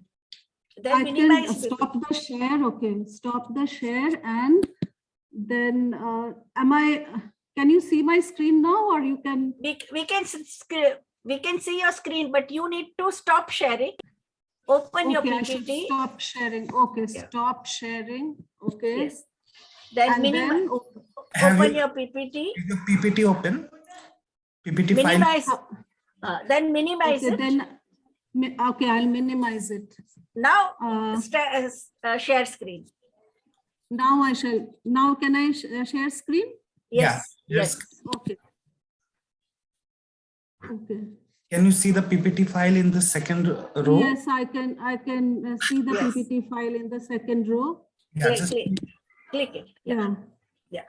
Now Fine. can you see or no? Yes, we can see you. Yes, we can see the screen. The screen also you can see, right? Yes, we can see Okay. both of you. Okay. Sorry, I'm much No. comfortable in old school class and chalkboard and whatever. Yeah. It happens. Please. So, okay. So, you know what I would try, those who have heard me before might find it a bit repetitive, but still, while bringing Meena into perspective, I would stress the diversity first. Many a time we are aware of the commonalities, but we, now how do I change it? No. How do I, yes. So many a times, like we are, we have a kind of perception about MENA region, but there are diversities which are many. So often in academic world, we try to package MENA countries within a single bucket based on regional proximity, religious, cultural similarity. And of course, MENA countries are united by social and cultural ties, but these aspects alone cannot capture the multidimensional nature of gender equality. The economic, political, and social context also matter, contributing to the diverse outcome of women. Defining the region is often confusing and different interpretations exist. We shall here use the accepted definition of World Bank, where which includes 21 countries, 6 Gulf Cooperation Council members, which are Bahrain, Kuwait, Oman, Qatar, Saudi Arabia, United Arab Emirates, and 15 other countries or territories like Algeria, Djibouti, Egypt, Iraq, Iran, Israel, Jordan, Lebanon, Libya, Malta, Morocco, Yemen, the Syrian Arab Republic, Tunisia, the West Bank and Gaza, which is the Palestine region, and also in some expressions, Afghanistan, Pakistan, Sudan, Turkey is also included. So you can understand that, I mean, where I'm coming from and why I'm saying that the conversation is less, because otherwise clubbing such a huge region and with variety of, culture and economy and all of that, it is not really fair. Commonly, we focus on the similarities, socio-cultural, but we miss out the diversities of the region, be it economic, be it political, historical, gender inequality, racial, and other hierarchies and identities. So diverse economies exist in the MENA region. The countries can be classified into different groups. First, there are resource-rich, oil-abundant countries, are producers and exporters of oil and gas, have a large native population, which are Algeria, Iraq, Syria, and Yemen. And then there are resource-rich, labor-importing countries, are oil exporters and have large share of foreign and expatriate residents, constituting even the majority in some cases. This group of countries comprises of the GCC. Members are Bahrain, Kuwait, Qatar, Saudi Arabia, UAE, and Libya. Third, there are poor countries and importers of oil and gas. These countries include Djibouti, Egypt, Jordan, Lebanon, Morocco, Tunisia, and the Palestinian Authority. An additional dimension of diversity stems from the country risk, as some of the countries are torn by war and conflicts like Yemen, Syria, and Iraq. Then this is the order how I plan my talk today. Coming to the per capita income, it is also very diverse. Like, do I have a slide on that? Yes. Like, see, this is a, you can see the, I have given India and the world to, so that to understand the difference, like to give a quick reference for us sitting in India to understand how it stands. Like, I don't think I will read it out, just see that how you can see the few countries, Bahrain, Kuwait, Saudi Arabia, Qatar, UAE, Oman are higher side. On the other hand, Syria, Yemen are very that way, not so, it is on the low income group. And then human development indicators in MENA region index takes into account income, education, health of the population. It is composed of per capita income, life expectancy, and years of schooling. Globally advanced countries,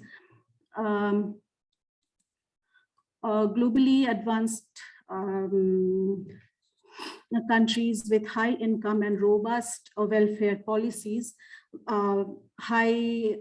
they have rank high in HDI. Scandinavian countries and their extensive social welfare schemes rank high in HDI ranking globally, of course. At the relative scale, out of 189 countries, the MENA region's HDI rank is diverse. Like in 2020, the countries in the highest HDI bracket include Israel in the 19th position, UAE in the 31st position, Saudi Arabia in the 40th, Bahrain 42nd, and Qatar 45th. Those in the middle of the global ranking were Oman in the 60th, Kuwait 64th, Iran 70th, Algeria 90th, Lebanon 91, and at the lower scale is Egypt in 116, Morocco 121, Iraq 123, Syria 125, Djibouti at 166, and Yemen at 179. Here also I try to put India for a comparative understanding. Demographic component of HDI, life expectancy is generally within 66 to 78 years, with the global average being 72. Other than war-ravaged Yemen and Iraq, the life expectancy in other countries in MENA region is above global average. Mean years of schooling of the population varies. The GCC countries exceed the global average of 8 years, with the range of 9.5 to 12 years, Iran 12.3 years, and other countries in the range of 3 to 8 years. Yemen being the most backward in terms of educational attainment indicator. Politics in MENA region, according to economist group's democracy index of 2020, Israel is the only democratic country qualified as flawed democracy, ranked in 28th worldwide in the Middle East. While Tunisia is the only democracy, also flawed democracy, in North Africa. MENA countries with the highest score are Israel, Tunisia, Lebanon, Morocco, Jordan, Kuwait. Countries have been consistently labeled are not free by Freedom House. Are Iran, Iraq, Egypt. The remaining countries of the Middle East are categorized as authoritarian regime, with the lowest scores held by Saudi Arabia and Yemen. As comparison, India is also, unfortunately, now is in the group of flawed democracy since 2018. This chart represents of women in parliament, which I'm showing now, which is one indicator of women's political participation. As you can see in the chart, the ratio of political representation is very much lower than the global average, except in UAE and Iraq. In Bahrain, it is only 18.9 as of now. Then about women's empowerment in MENA region, Gender Development Index, which measures the difference between male HDI and female HDI, shows significant gender gap in the MENA region. The GDI in MENA countries are almost below global average. It is like Bahrain 0.992, Kuwait 0.983, and on the other hand, we see Iran, Iraq, Syria, and Yemen. Then when we come to labor force participation rate, significant gender disparities exist in the MENA region. Women participation in labor market is again very low in majority of MENA countries. This has been reported in various studies of the United Nations, ILO, and various research institutes. While the education for women is steadily increasing in the region, labor force participation remains much lower than global average. This is often termed as Mena Paradox, where women are educated, but it does not show in the, it does not translate into greater labor force participation. Women tend to drop out at a rapid rate in various stages of education and career, at a rate much higher than global numbers. Part of the explanation of social pressure that defines women's role in the family and society. With greater emphasis on women's domestic responsibilities, women tend to prioritize family responsibilities over work. Some countries have tried to counter this with favorable labor laws, or with adequate maternity leave and other measures to ensure work-life balance. Here in Bahrain, we have, me and my Bahraini colleague, we have our educational consultancy where we try and, train women, those who have fallen out from work, and try to, encourage to, or maybe help them getting skills so that they can be re-employed, and such kind of trainings to bring women back to workforce. This is one of our work from our agency. Now, in gender, yes, the chart I put up is labor participation in the MENA region in the age group of 15 to 60. Some other indicators, such as bank accounts among women, show high percentage in Iran. That is 92%, Bahrain 75%, UAE 76%, as compared to the world average of 60%, and India is at 76%.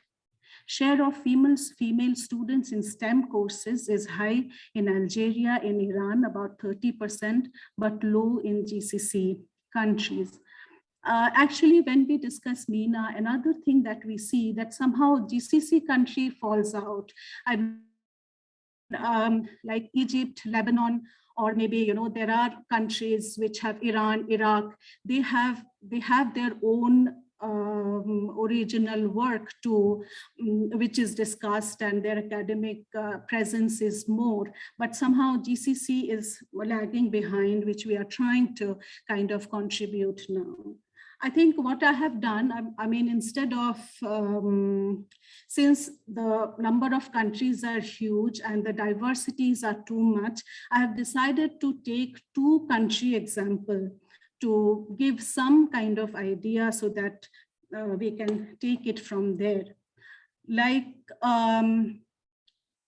now that we have looked at some of the gender development indicators showing the status and achievement of women in the MENA region, I have decided to talk a little bit about history of women empowerment and try to understand the context in which women try to attain their rights. So here I will take Iran and Bahrain. Like a quick look at the feminist transformation of 2 countries. Country experiences are not easy. One thing that the country experiences are not easy to find in the MENA region, but Iran's history and women's empowerment is quite well documented. That is why I take Iran as one example, and Bahrain, because I'm living in Bahrain for past 15 years and my own research work is based on Bahrain. So Iran underwent a significant political change in the 20th century, all of which had been bearing on women's liberation and empowerment. Iran was a battleground of Western powers in the World War I. As we know, in the post-war vacuum, nationalist and leftist movement against foreign power saw the rise of military Colonel Reza Shah, which I think we have studied in India pretty well, who became the Shah of the Pahlavi dynasty in 1925. When Reza Shah attended the throne in 1925, the idea of reviving the glory of pre-Islamic Iran flourished. And this brought India into focus. This brought India into focus as another country with an ancient civilization. And so Reza Shah's government decided to expand its political power and cultural relation with the people of India. So here again, coming to my personal interests, since I come from Bengal and Shantiniketan, so I've tried to study Tagore and the Middle East. And there I find that under the influence of the sentiment, there I find that there is a connection between Tagore and Iran. So Rabindranath Tagore, who was a free thinker, the first Asian Nobel laureate, founder of Shantiniketan Vishwa Bharati University, he was invited to visit Iran. And he very gladly took that opportunity, and he visited Iran and was very happy to be there. And during his visit in Baghdad and Tehran, Tagore attended many literary meetings and interacted with Iranian women. In one occasion, Iranian women's organization invited Tagore to read his poetry out to them, and Tagore was very satisfied discussing with them, and he went back to write that how Iranian women were, very aware, and how they were very modern in their outlook and so educated and so on and so forth. As a matter of fact, during Reza Shah's rule, art, culture, education received a strong boost with the spread of colleges and universities and expansion of women's education. During the Second World War, Iran again became a war zone with Allied forces on one side and Russian troops on the other. Leftist movement gained strength in the Russia-controlled Azerbaijan and Kurdistan. Azerbaijan announced provincial autonomy and gave women right to vote. In the 1940s, also saw the rise of Communist Today Party, which gave women's rights to political participation and equal pay. In 1946, the women's movement centered around the National Council of Women, which was a pan-Iranian egalitarian political and social organization that helped the nationalists come to power in 1949 under Muhammad Mossadegh. Fearing the end of the Western control of Iranian oil fields, American at this point engineered a coup against Mossadegh and helped the autocratic rule of Mohammad Reza Shah in 1953. Leftist and Islamist parties were banned and replaced by a state-sponsored women's organization.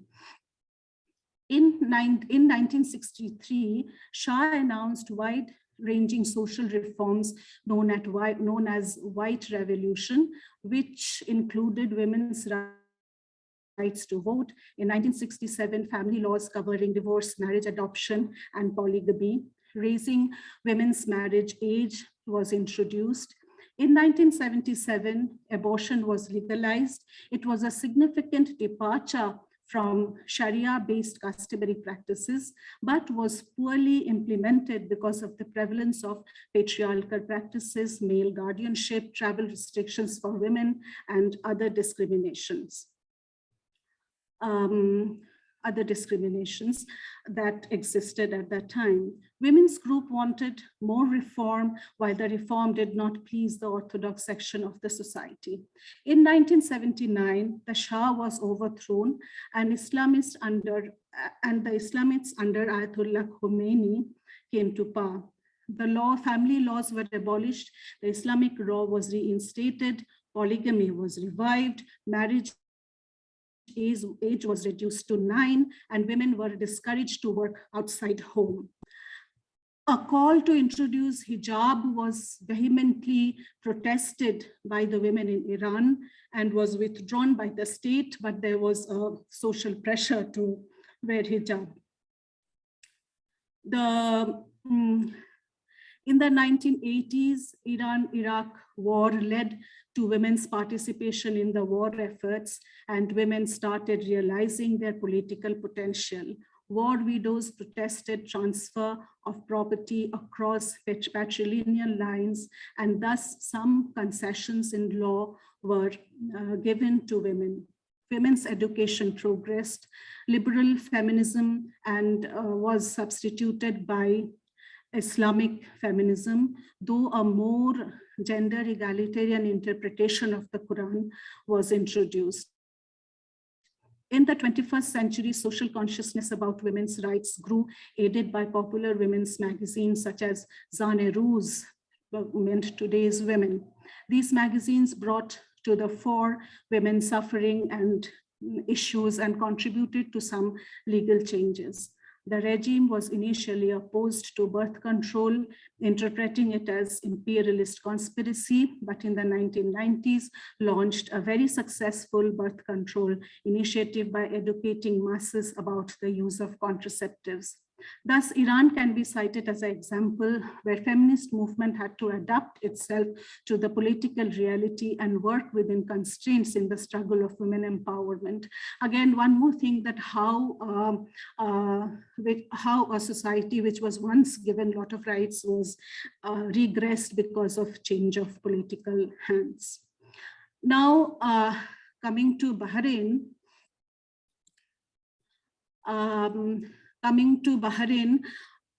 as a background, I said that Bahrain is an oil exporting Gulf country with a population of 1.6 million people, majority of whom is expatriate. And for the citizens, an expansive social safety net exists: free healthcare, free education, free housing, housing and unemployment allowances are given. Politically, Bahrain is a kingdom. In the late 1800s, following a successive treaties with the British, Bahrain became a protectorate of United Kingdom. In 1971, it declared independence. On the same day as 15th August, as in India, formerly an emirate, then Bahrain was declared Islamic constitutional monarchy in 2002. Since the 1990s, Bahrain has emerged as a leading financial center of the region and subsequently as a global hub of Islamic finance. The stability of the banking sector has attracted many international banks to set up offices in Bahrain. Bahrain has a long history of education for girls. The first government school in Bahrain was started functioning in 1919. The opportunities for education have grown over the years. Currently, education in Bahrain is compulsory and free for all, and at least in school levels, and also free for in college and university level also. The Ministry of Education provides free textbooks in every subject to students, those who are enrolled in schools. Bahrain encourages institutions of higher learning, drawing on expatriate talent and the increasing pool of Bahraini nationals learning from abroad with advanced degrees. The National Action of Charter, passed in 2001, paved the way for formation of private universities. There are over 13 private universities that operate in Bahrain. Bahrain has the one women's university called Royal University for Women, which caters to students from the GCC area, and their focus is on STEM subjects also. The educational opportunities in Bahrain have increased significantly now, more girls pursuing higher education as compared to boys. In the academic year of 2013-14, the percentage of female students in higher education institutions in the kingdom is over 60%, outperforming the number of male students. There are a lot of scholarships and education opportunities are given to the citizens to go abroad and to do their higher studies with full scholarship and benefits, etc. And then, of course, for them, if they are working in the university, there is some kind of bond where they have to come and work in Bahrain. But in most cases, the citizens are free to choose the career that they want. Women in I think, talking about work on Bahraini women, academic work on Bahraini women, this is one thing. There are a lot of women's organization here. A lot of the feminist group, they have, given it is a small country, I think there are 30 some odd feminist organization, women organization. They bring up a lot of progressive ideas. They, of course, have to push their ideas through, but at least they are listened to. It is not that all their demands are met, but what I appreciate is that they are listened to by the authorities. And now we are trying to create our own knowledge, like the book we did with me and my colleague. This happens to be, I feel quite happy to say actually that it happens to be the first book on Bahrain.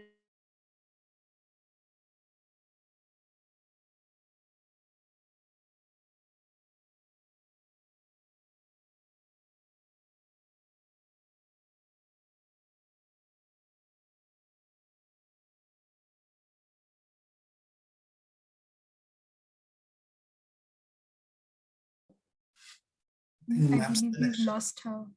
Dropped out. Yeah. Yeah, there was some internet issue that was going on. Patel, would you like to chip in and add something? Actually, Professor Nagmani Rao had a question for Professor Roxana. If we can use this time to have the question for ma'am. Nagmani ma'am. Yeah, basically the question, I guess, with a crowd of questions, one misses out.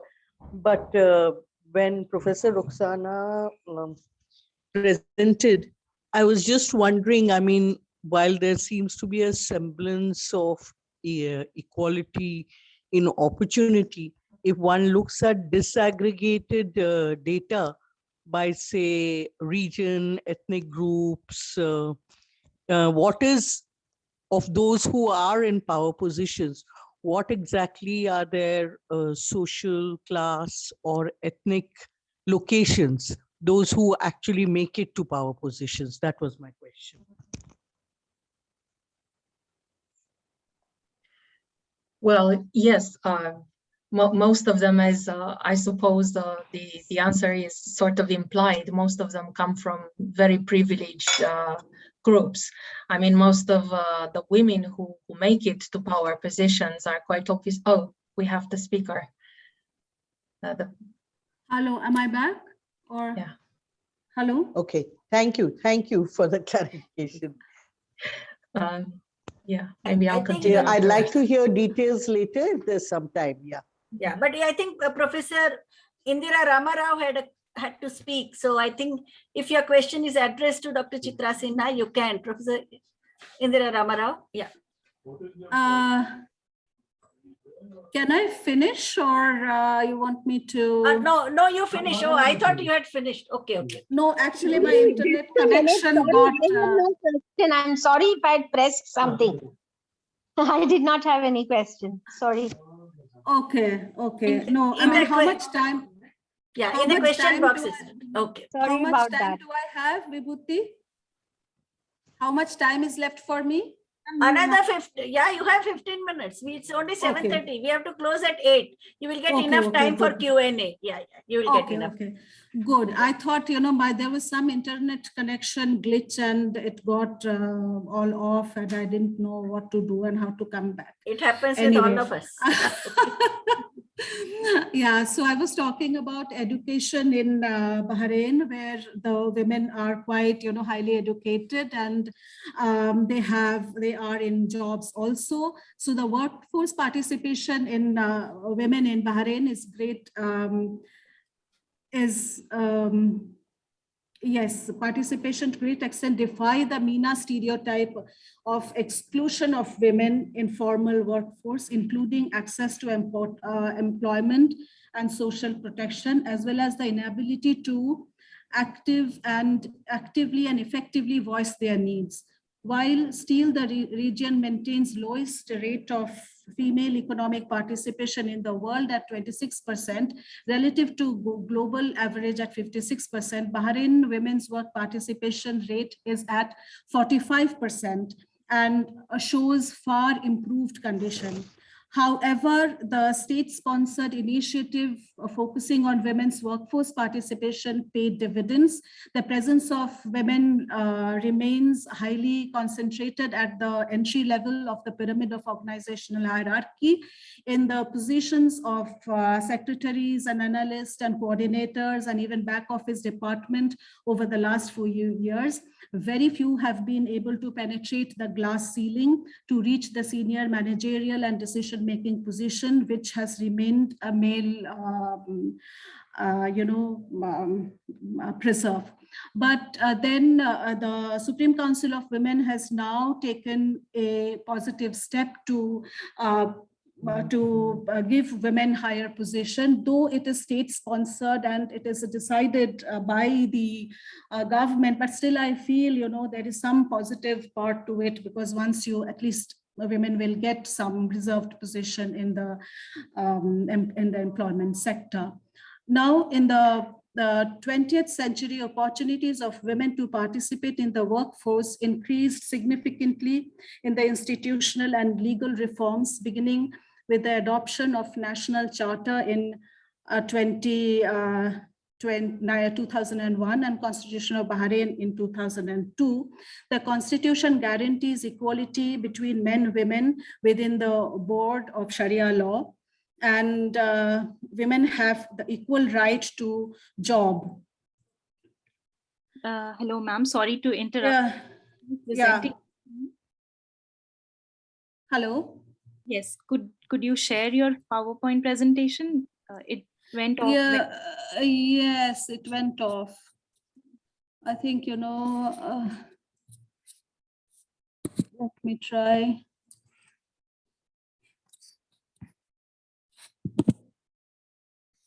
Yeah, is it there? Yes. Make it full screen. Is it there now? Yes, agenda for action. That's what we can see. Yes, okay. No, I think can't there's something happened in between, and anyway. Like at an institutional level, empowerment of women was pursued by the government primarily through the creation of a quasi-government body, which is called the Supreme Council of Women, headed by the Queen. The Supreme Council of Women took various initiatives to further women's empowerment in education, legal sphere, and social awareness campaigns. And it also liaised with the international agencies to adopt global standards relating to gender equality, while also attempting to improve the image of Bahraini women for the outside world. The council organized forums, active legal groups, reviewed the status of women in Arab family laws, then analyzed the image of women in academic curricula, implemented program to modify a negative image, etc. And they have they are working to bring in a more egalitarian, laws for women here. Now, I mean, to bring all together, since I said that MENA is such a, I won't go into the countries anymore, but it is such a complicated and, I mean, a region to discuss in one session and to bring up everything. I cannot, I mean, there are terminologies, Arabic terminologies which are used and technicalities which also I have left out. But anyway, to conclude, I would say that while understanding the while understanding the feminist transformative agenda in the Middle East, resorting to a benchmark of ideal feminism is not the right approach. Feminism evolves in a context-specific manner in different parts of the world. To negotiate, it negotiates the structural constraints and finds innovative ways to overcome them. MENA is no exception there. As the Iranian experience shows, that feminists resorted to innovative ways to fight the resurgent patriarchy. Feminists in Egypt also at one point, they tried to go for a more liberal divorce system which exists within the Islamic law, which is called khula divorce, without no strings attached. So within the Islamic ideology, which resulted in a progressive step from the viewpoint of legal equality.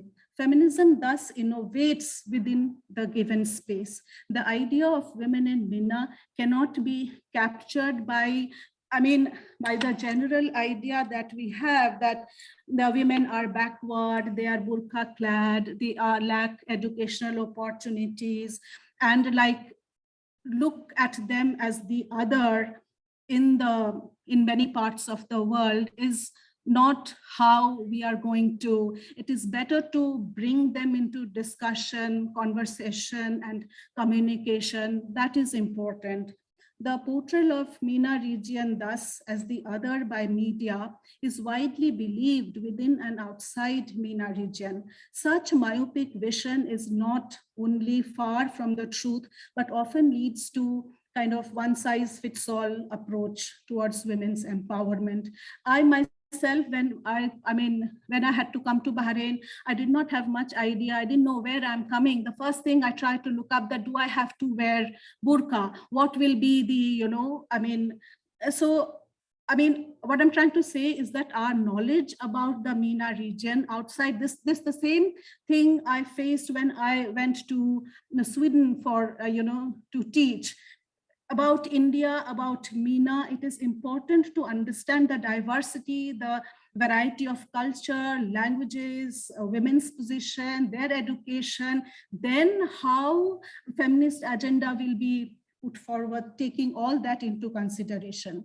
As we try to highlight today, the MENA is characterized by diversity and variations, and feminism operates within this diversity with agility and flexibility.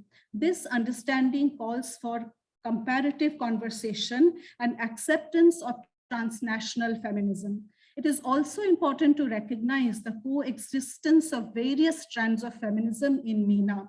Variants of feminism in MENA include Islamic feminism, which is something different, secular feminism, and also progressive Islamic feminism, as conceptualized by the scholars here.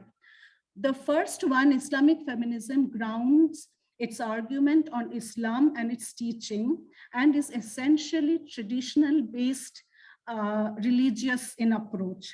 Secular feminism is a movement that uses arguments outside Islam as an international human right to press for gender equality.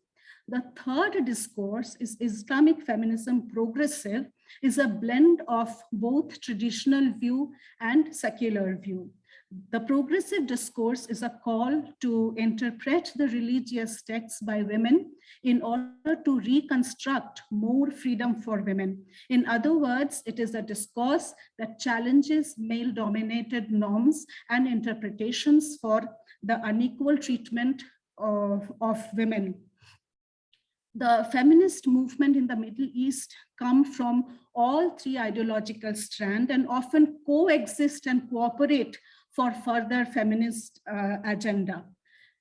In the war-torn part of the MENA region, often demonstrate remarkable resilience faced with unsurmountable challenges. There's a lot to learn from these women who are coping with war, COVID, everything at the same time. They are immensely powerful, and one should hear their stories, you know, without judging them from outside.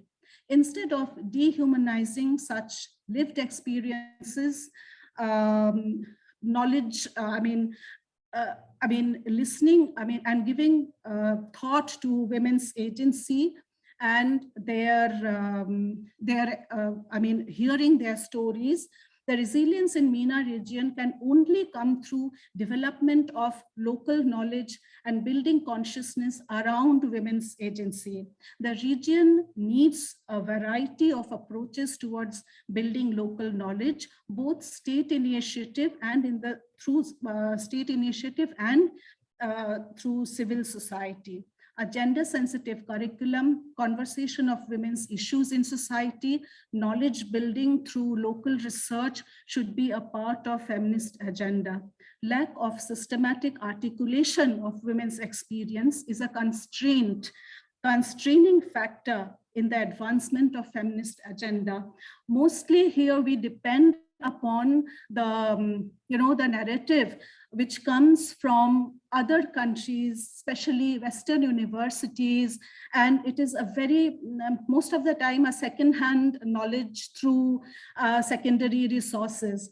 So it is important to lend our ears to the local scholars, and as a local scholar, we should also try to voice our opinion and be part of other global talk. Finally, the future for feminism in MENA depends on intergenerational communication. This is, I don't know whether it is especially for, but MENA, here we feel the need, it may be for everywhere, that with generational change, the feminism also changes in character. Like our foremothers, they have created ground for us, true, but in today's time, due to more social media, exposure, due to internet penetration, this has become a platform for feminist action, which provides new space to fight gender justice. It is important to listen to the younger generation today, and there should be a kind of symbiotic relationship and conversation to strengthen the struggle of gender equality. And this is the reason that I appreciate the IMPRI to always try and include the MENA perspective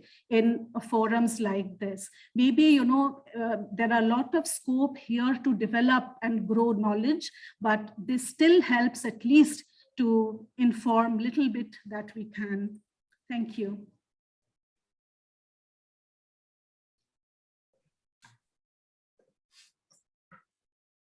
Thank you, Dr. Sinha, for the in-depth address. I would now like to call on to any questions from the audience.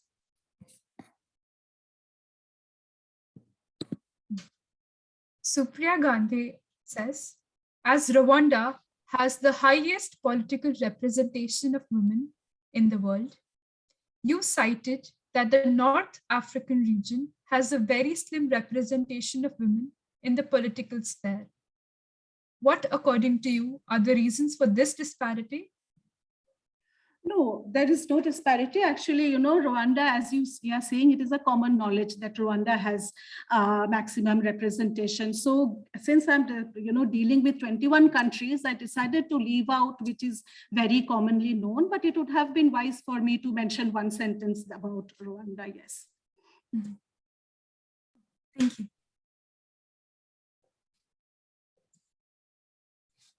Professor Vibhuti Patel, would you like to share your insights on the discussion? For me, this is just a learning experience because all three sessions, I can say, yeah, today's sessions were extremely enriching because Kanchana Mahadevan's this thing about all the major polemics that have taken place over the last 2 decades among feminists, which encompasses the post-colonial transnational feminism, and also the question of standpoint and intersectionality that came up. Then Roxana's this thing about the European Union, so many myths we have about the progress of and very feminist consciousness prevailing in the European Union. So she has busted the myth about that. And Mena was always a learning experience because we are continuously given disinformation about the countries and the stereotypical image we have about Middle East and North African countries. I think this is a very, very, it's a learning experience for me too. Yes. Yeah. It is always now that the hijab controversy is going Is on, there, you know, so I was relevant. very much tempted to put that first slide with hijab, how we think and how it is, you know, in reality that, yeah, how I see my colleagues there, yeah. Yeah, but I think in the Netflix films and all that, that new image is coming, but it's a very neoliberal and only upper caste yes. families, upper class yeah. families only, whether they are North African films or whether from Middle Eastern countries. True. So it's only the elite upper class lifestyle has been portrayed, but at least it busts the myths of burqa-clad passive women who have no agency. These women have agency, they are individualistic, yes, they have into hedonistic life. Even at the university that I used to teach for a long time, that in Bahrain, Women's University, we had a lot of students from Saudi Arabia. So, and they were like very powerful, opinionated, they have their confidence, they are sure of what they are saying, you know, so it is like, and it is, the inhibition is not only abroad, it is here in this part also, since burqa is not mandatory, niqab is not at all mandatory, hardly anyone wears niqab here. So even people think that, okay, then they may not be speaking English or they are not educated, that, you know, it remains everywhere, which is so not right anyway.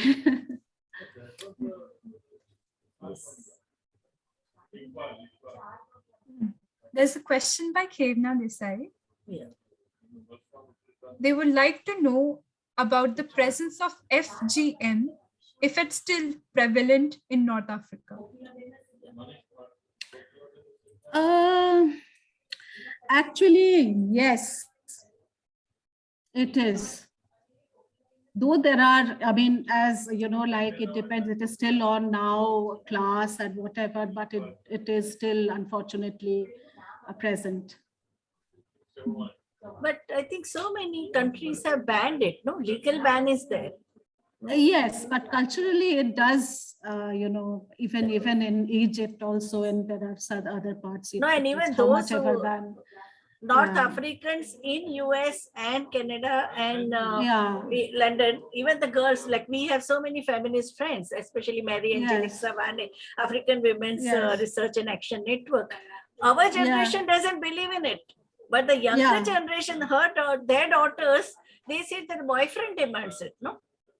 Yes, So I mean, it is that is the thing. very, So you have a situation where mothers are enlightened, they are but feminists, then, and their daughters, they are under the They are pressure, not. peer pressure, Even- peer pressure. is- even here, I have friends whose mothers do not wear hijab, but maybe the daughters wear hijab, Very job, you know, by correct. their choice.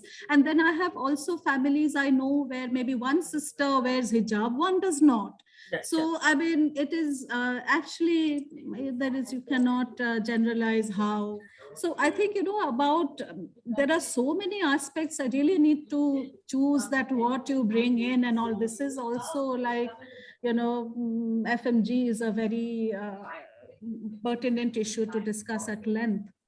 So what do you want to say about the Orientalist thinking still prevalent here globally, no?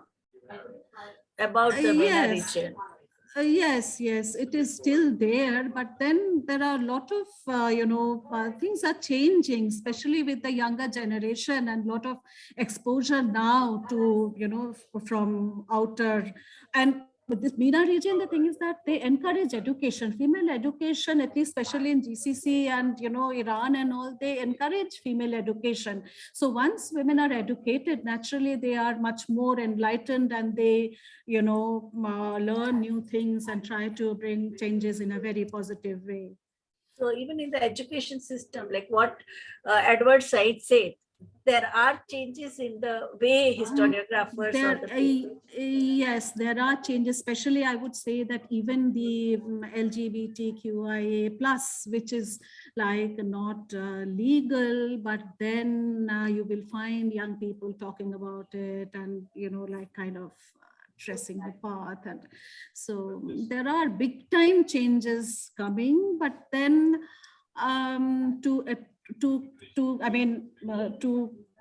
we will get to see it in the future time more. Now there are a lot of undercurrents on many things that are, you know. So do they have this feminist film festival, documentary films makers and all in those? Yes, in Saudi Arabia, there are, I mean, a bicycle, or what is the name of the film? It's a very good film made by a Saudi Arabian woman on women's rights, which is very, I mean, I will send you the, you know, the name of the film, so that if you have some kind of workshop, you can actually show it, you know, of Saudi Arabian society. There are films being made, and because people generally only know about Sex and the City, no? The last episode. Yes, yeah. It's completely trivialized. Yeah. Only one. No, especially, I'm not getting the name of the lady, the filmmaker who. I will send you the name and also the film. We had invited her in our college and to show her film and to have a discussion on it. But then let me just 1 minute if I can. Yes, this is a Wajda. Yes, this is Wajda. This is a 2012 Saudi Arabian drama written by Haifa Al-Mansour. So this is a film which is, you know, it shows the first Arabian feature film actually made by a Saudi female, and it is worth a watch, I think. Yeah. And as you can see that these are not popularized, these are not discussed. And you know, Vibhuti, I really thank you for including MENA. It is not that, you know, like I know everything about it, but since I have started working on MENA and working for quite a few years now, 15 years completed in Bahrain. So, I mean, even I think that it is not fair that, you know, how we kind of box this place in one compartment. And what about the Islamic punishments and the gender-based violence? How is it tackled by women's movement or civil society? I mean, now if you see, even in Saudi Arabia, things are changing, no? With the new king coming to power, like at least they don't have they don't have those kind of punishment ceremony. In Bahrain, it does not exist. They have a criminal law which is followed by, by all kind of crimes. So domestic violence does exist in various forms. That is there. But then there are women's rights movement. There are, demand from women's organizations, and the constant fight is there. That is true. It's a very active, agile women's movement is going on. Those who are very much educated, informed, and they have their agency, they talk about it, they write about it within their, but then what I feel and what many of us here feel that, we should, of course, there will be a larger, as you said, that protests and all, but we should also use the space which is given and at least get the rights and the equality that we can achieve within the given sphere. No point in risking ourselves or doing something that will deny us from the right, as much right as we can get, and prolong it further. So I think in today's situation, it is wise to, get the right within the accepted norms and then ask for more. So both goes on simultaneously, if I'm able to express that you myself. would not recommend any kind of bravado by the... I don't think it is so much useful in a way that it might just delay the progress, because with negotiations and talking and you can get more. And bravado, of course, people are doing that and they are brave enough to face the consequences. But I think it is wise, especially in a country where if the government is listening to you and try to collaborate and, give your space within their given situation, why not take it and then go step by step? I think in this situation, it is kind of wise. If I can, Yes. you know what I mean, like. Yes, definitely. Thank you, Professor Patel and Dr. Chitra, for this very important discourse. Dr. Sinha, would you like to conclude your lecture in a few minutes? No, it's okay, I think. Yeah. Thank you. Thank you. I would say only one thing, that keep Mena in your thoughts when you are having, some conference. Yeah. Okay. Yeah. Certainly. Thank you. I think there are a response from the participants. I think they have given in the chat box. Yeah. It is very encouraging response.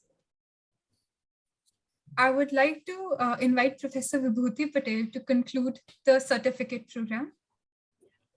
So I think, I think it's a very, very encouraging and inspiring to know that there is so much interest in feminism, because there was a time like when the neoliberalism came, we thought that we feminists have become dinosaurs, but I think that's not the case that we see. Even after 2013, when the Nirbhaya tragedy happened, so many youngsters from schools as well as colleges and universities, they started looking out for feminists. There is a lot of interest, and I think most important thing is that the 9 sessions that were decided collectively by all of us, first of all, the way things happened and the whole course took a shape, I think that made it very, very comprehensive, because we have seen to it that not one particular ideology or one particular region or one particular philosophy is promoted, but I think the basic understanding of feminist epistemology,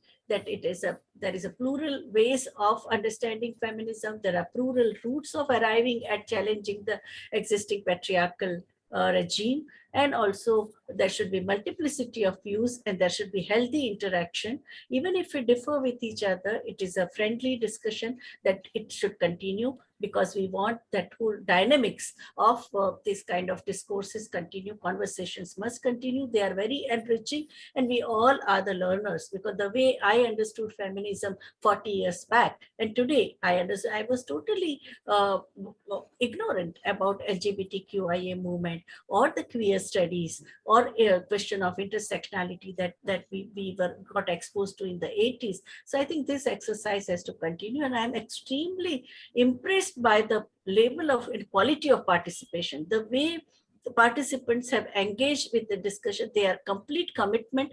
All 9 resource persons have also been totally committed to the course we have been attending. We haven't missed a single moment of this 3-day course. It's a 3-hour session without any break, because, and still people are so engaged. And the Q&A session was extremely impressive, that people, the study material that was distributed in advance, and they have studied it, and the kind of questions which came in response to each and every presentation, I think they were of a very, very serious nature. And I applaud all 9 resource persons, because all of us are used to teaching for 2 hours at a time. We all are PG teachers. So, and it's the most challenging to give such a complex idea, to cover the geographical canvas and also the historic canvas also, like the genesis of feminism that we have covered in 35 minutes. It's really commendable. You have to be terribly disciplined. You have to be very concise, focused, and you have to economize in words, still convey your message very sharply. I think that's what all of the presentations are brilliant. The stellar performance is given by all resource persons, and I think it makes me so committed that for the level of commitment which the all resource persons have shown, all made studied presentation. Each and every word was so educative. And I think the dense presentations which were received by the participants also in the same spirit, I think this shows how serious we all are. And feminism is alive, feminism is vibrant, feminism is growing continuously. That's what these 3 days of experiences have conveyed. Thank you very much. I once again thank the IMPRI team. You have done a lot of hard work for past 6 weeks. You have been working on it, and the credit goes to IMPRI team, and especially to Dr. Simi Mehta, who gave this idea, and all of you collaborated in giving a shape to it. Thank you, Professor, Yeah. for your very enlightening and motivating remarks. Yeah. Anyone from the participants want to speak? Please unmute it. It's the last day.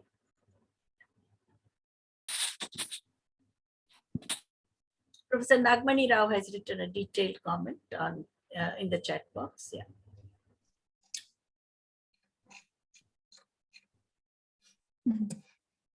Certainly. I would now like to welcome Dr. Simi Mehta, CEO and Editorial Director at IMPRI, to announce the details of the certificates to the course and conclude the event officially. Sure, thank you. Before I conclude, would our participants want to speak? Yes, you've raised your hand. Could you please unmute and speak?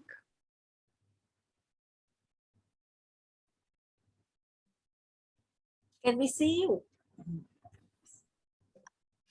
Actually, the name is coming as Arjun S.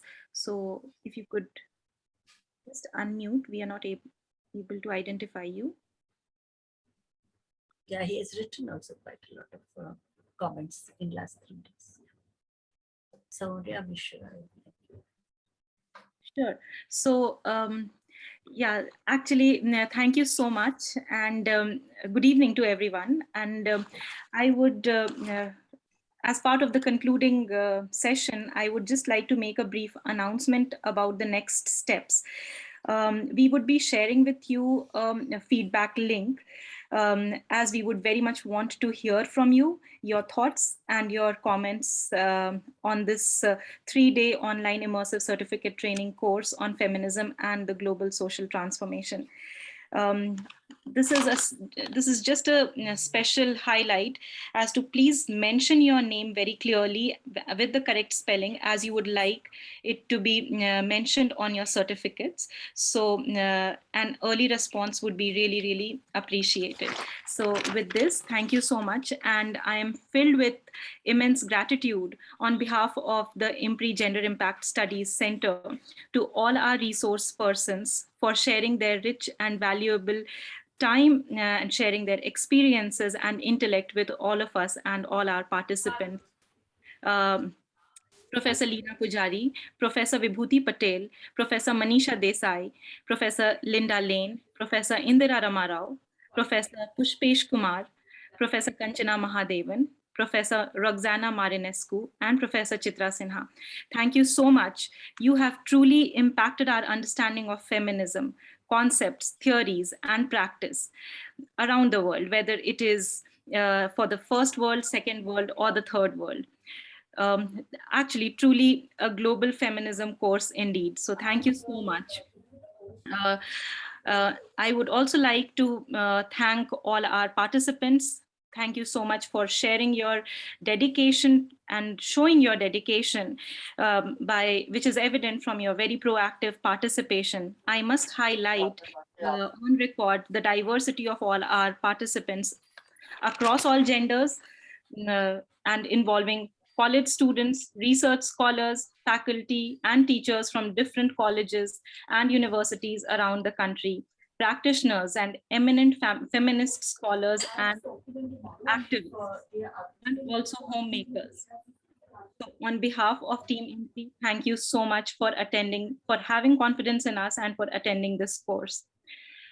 On behalf of Team IMPRI, I would like to extend our deepest gratitude to Professor Vibhuti Patel for agreeing to advise us on the course and bringing the course towards its fruition.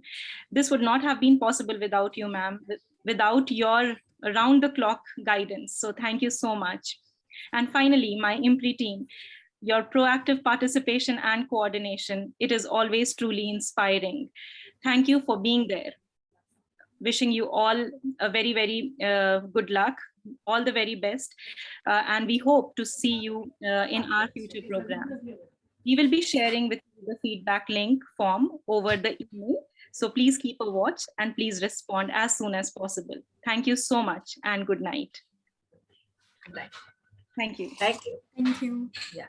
Thank you, Dr. And Roxana. thank you. Yeah. And all the best for future programs. Yeah. Thank you. Yeah. Thank you, Nakmani, Professor Indira Ramarao, Dr. Chitra Sinha. It's really the solidarity which you have shown, and I think all of us have shown, is so unique. It reminds me, it makes me so nostalgic. It reminds me of our days in the late 70s, early 80s. No? So we are really, really very inspiring experience. Thank you, ma'am. Okay, bye everybody. Thank you. Bye. Bye. Bye. Bye. Bye.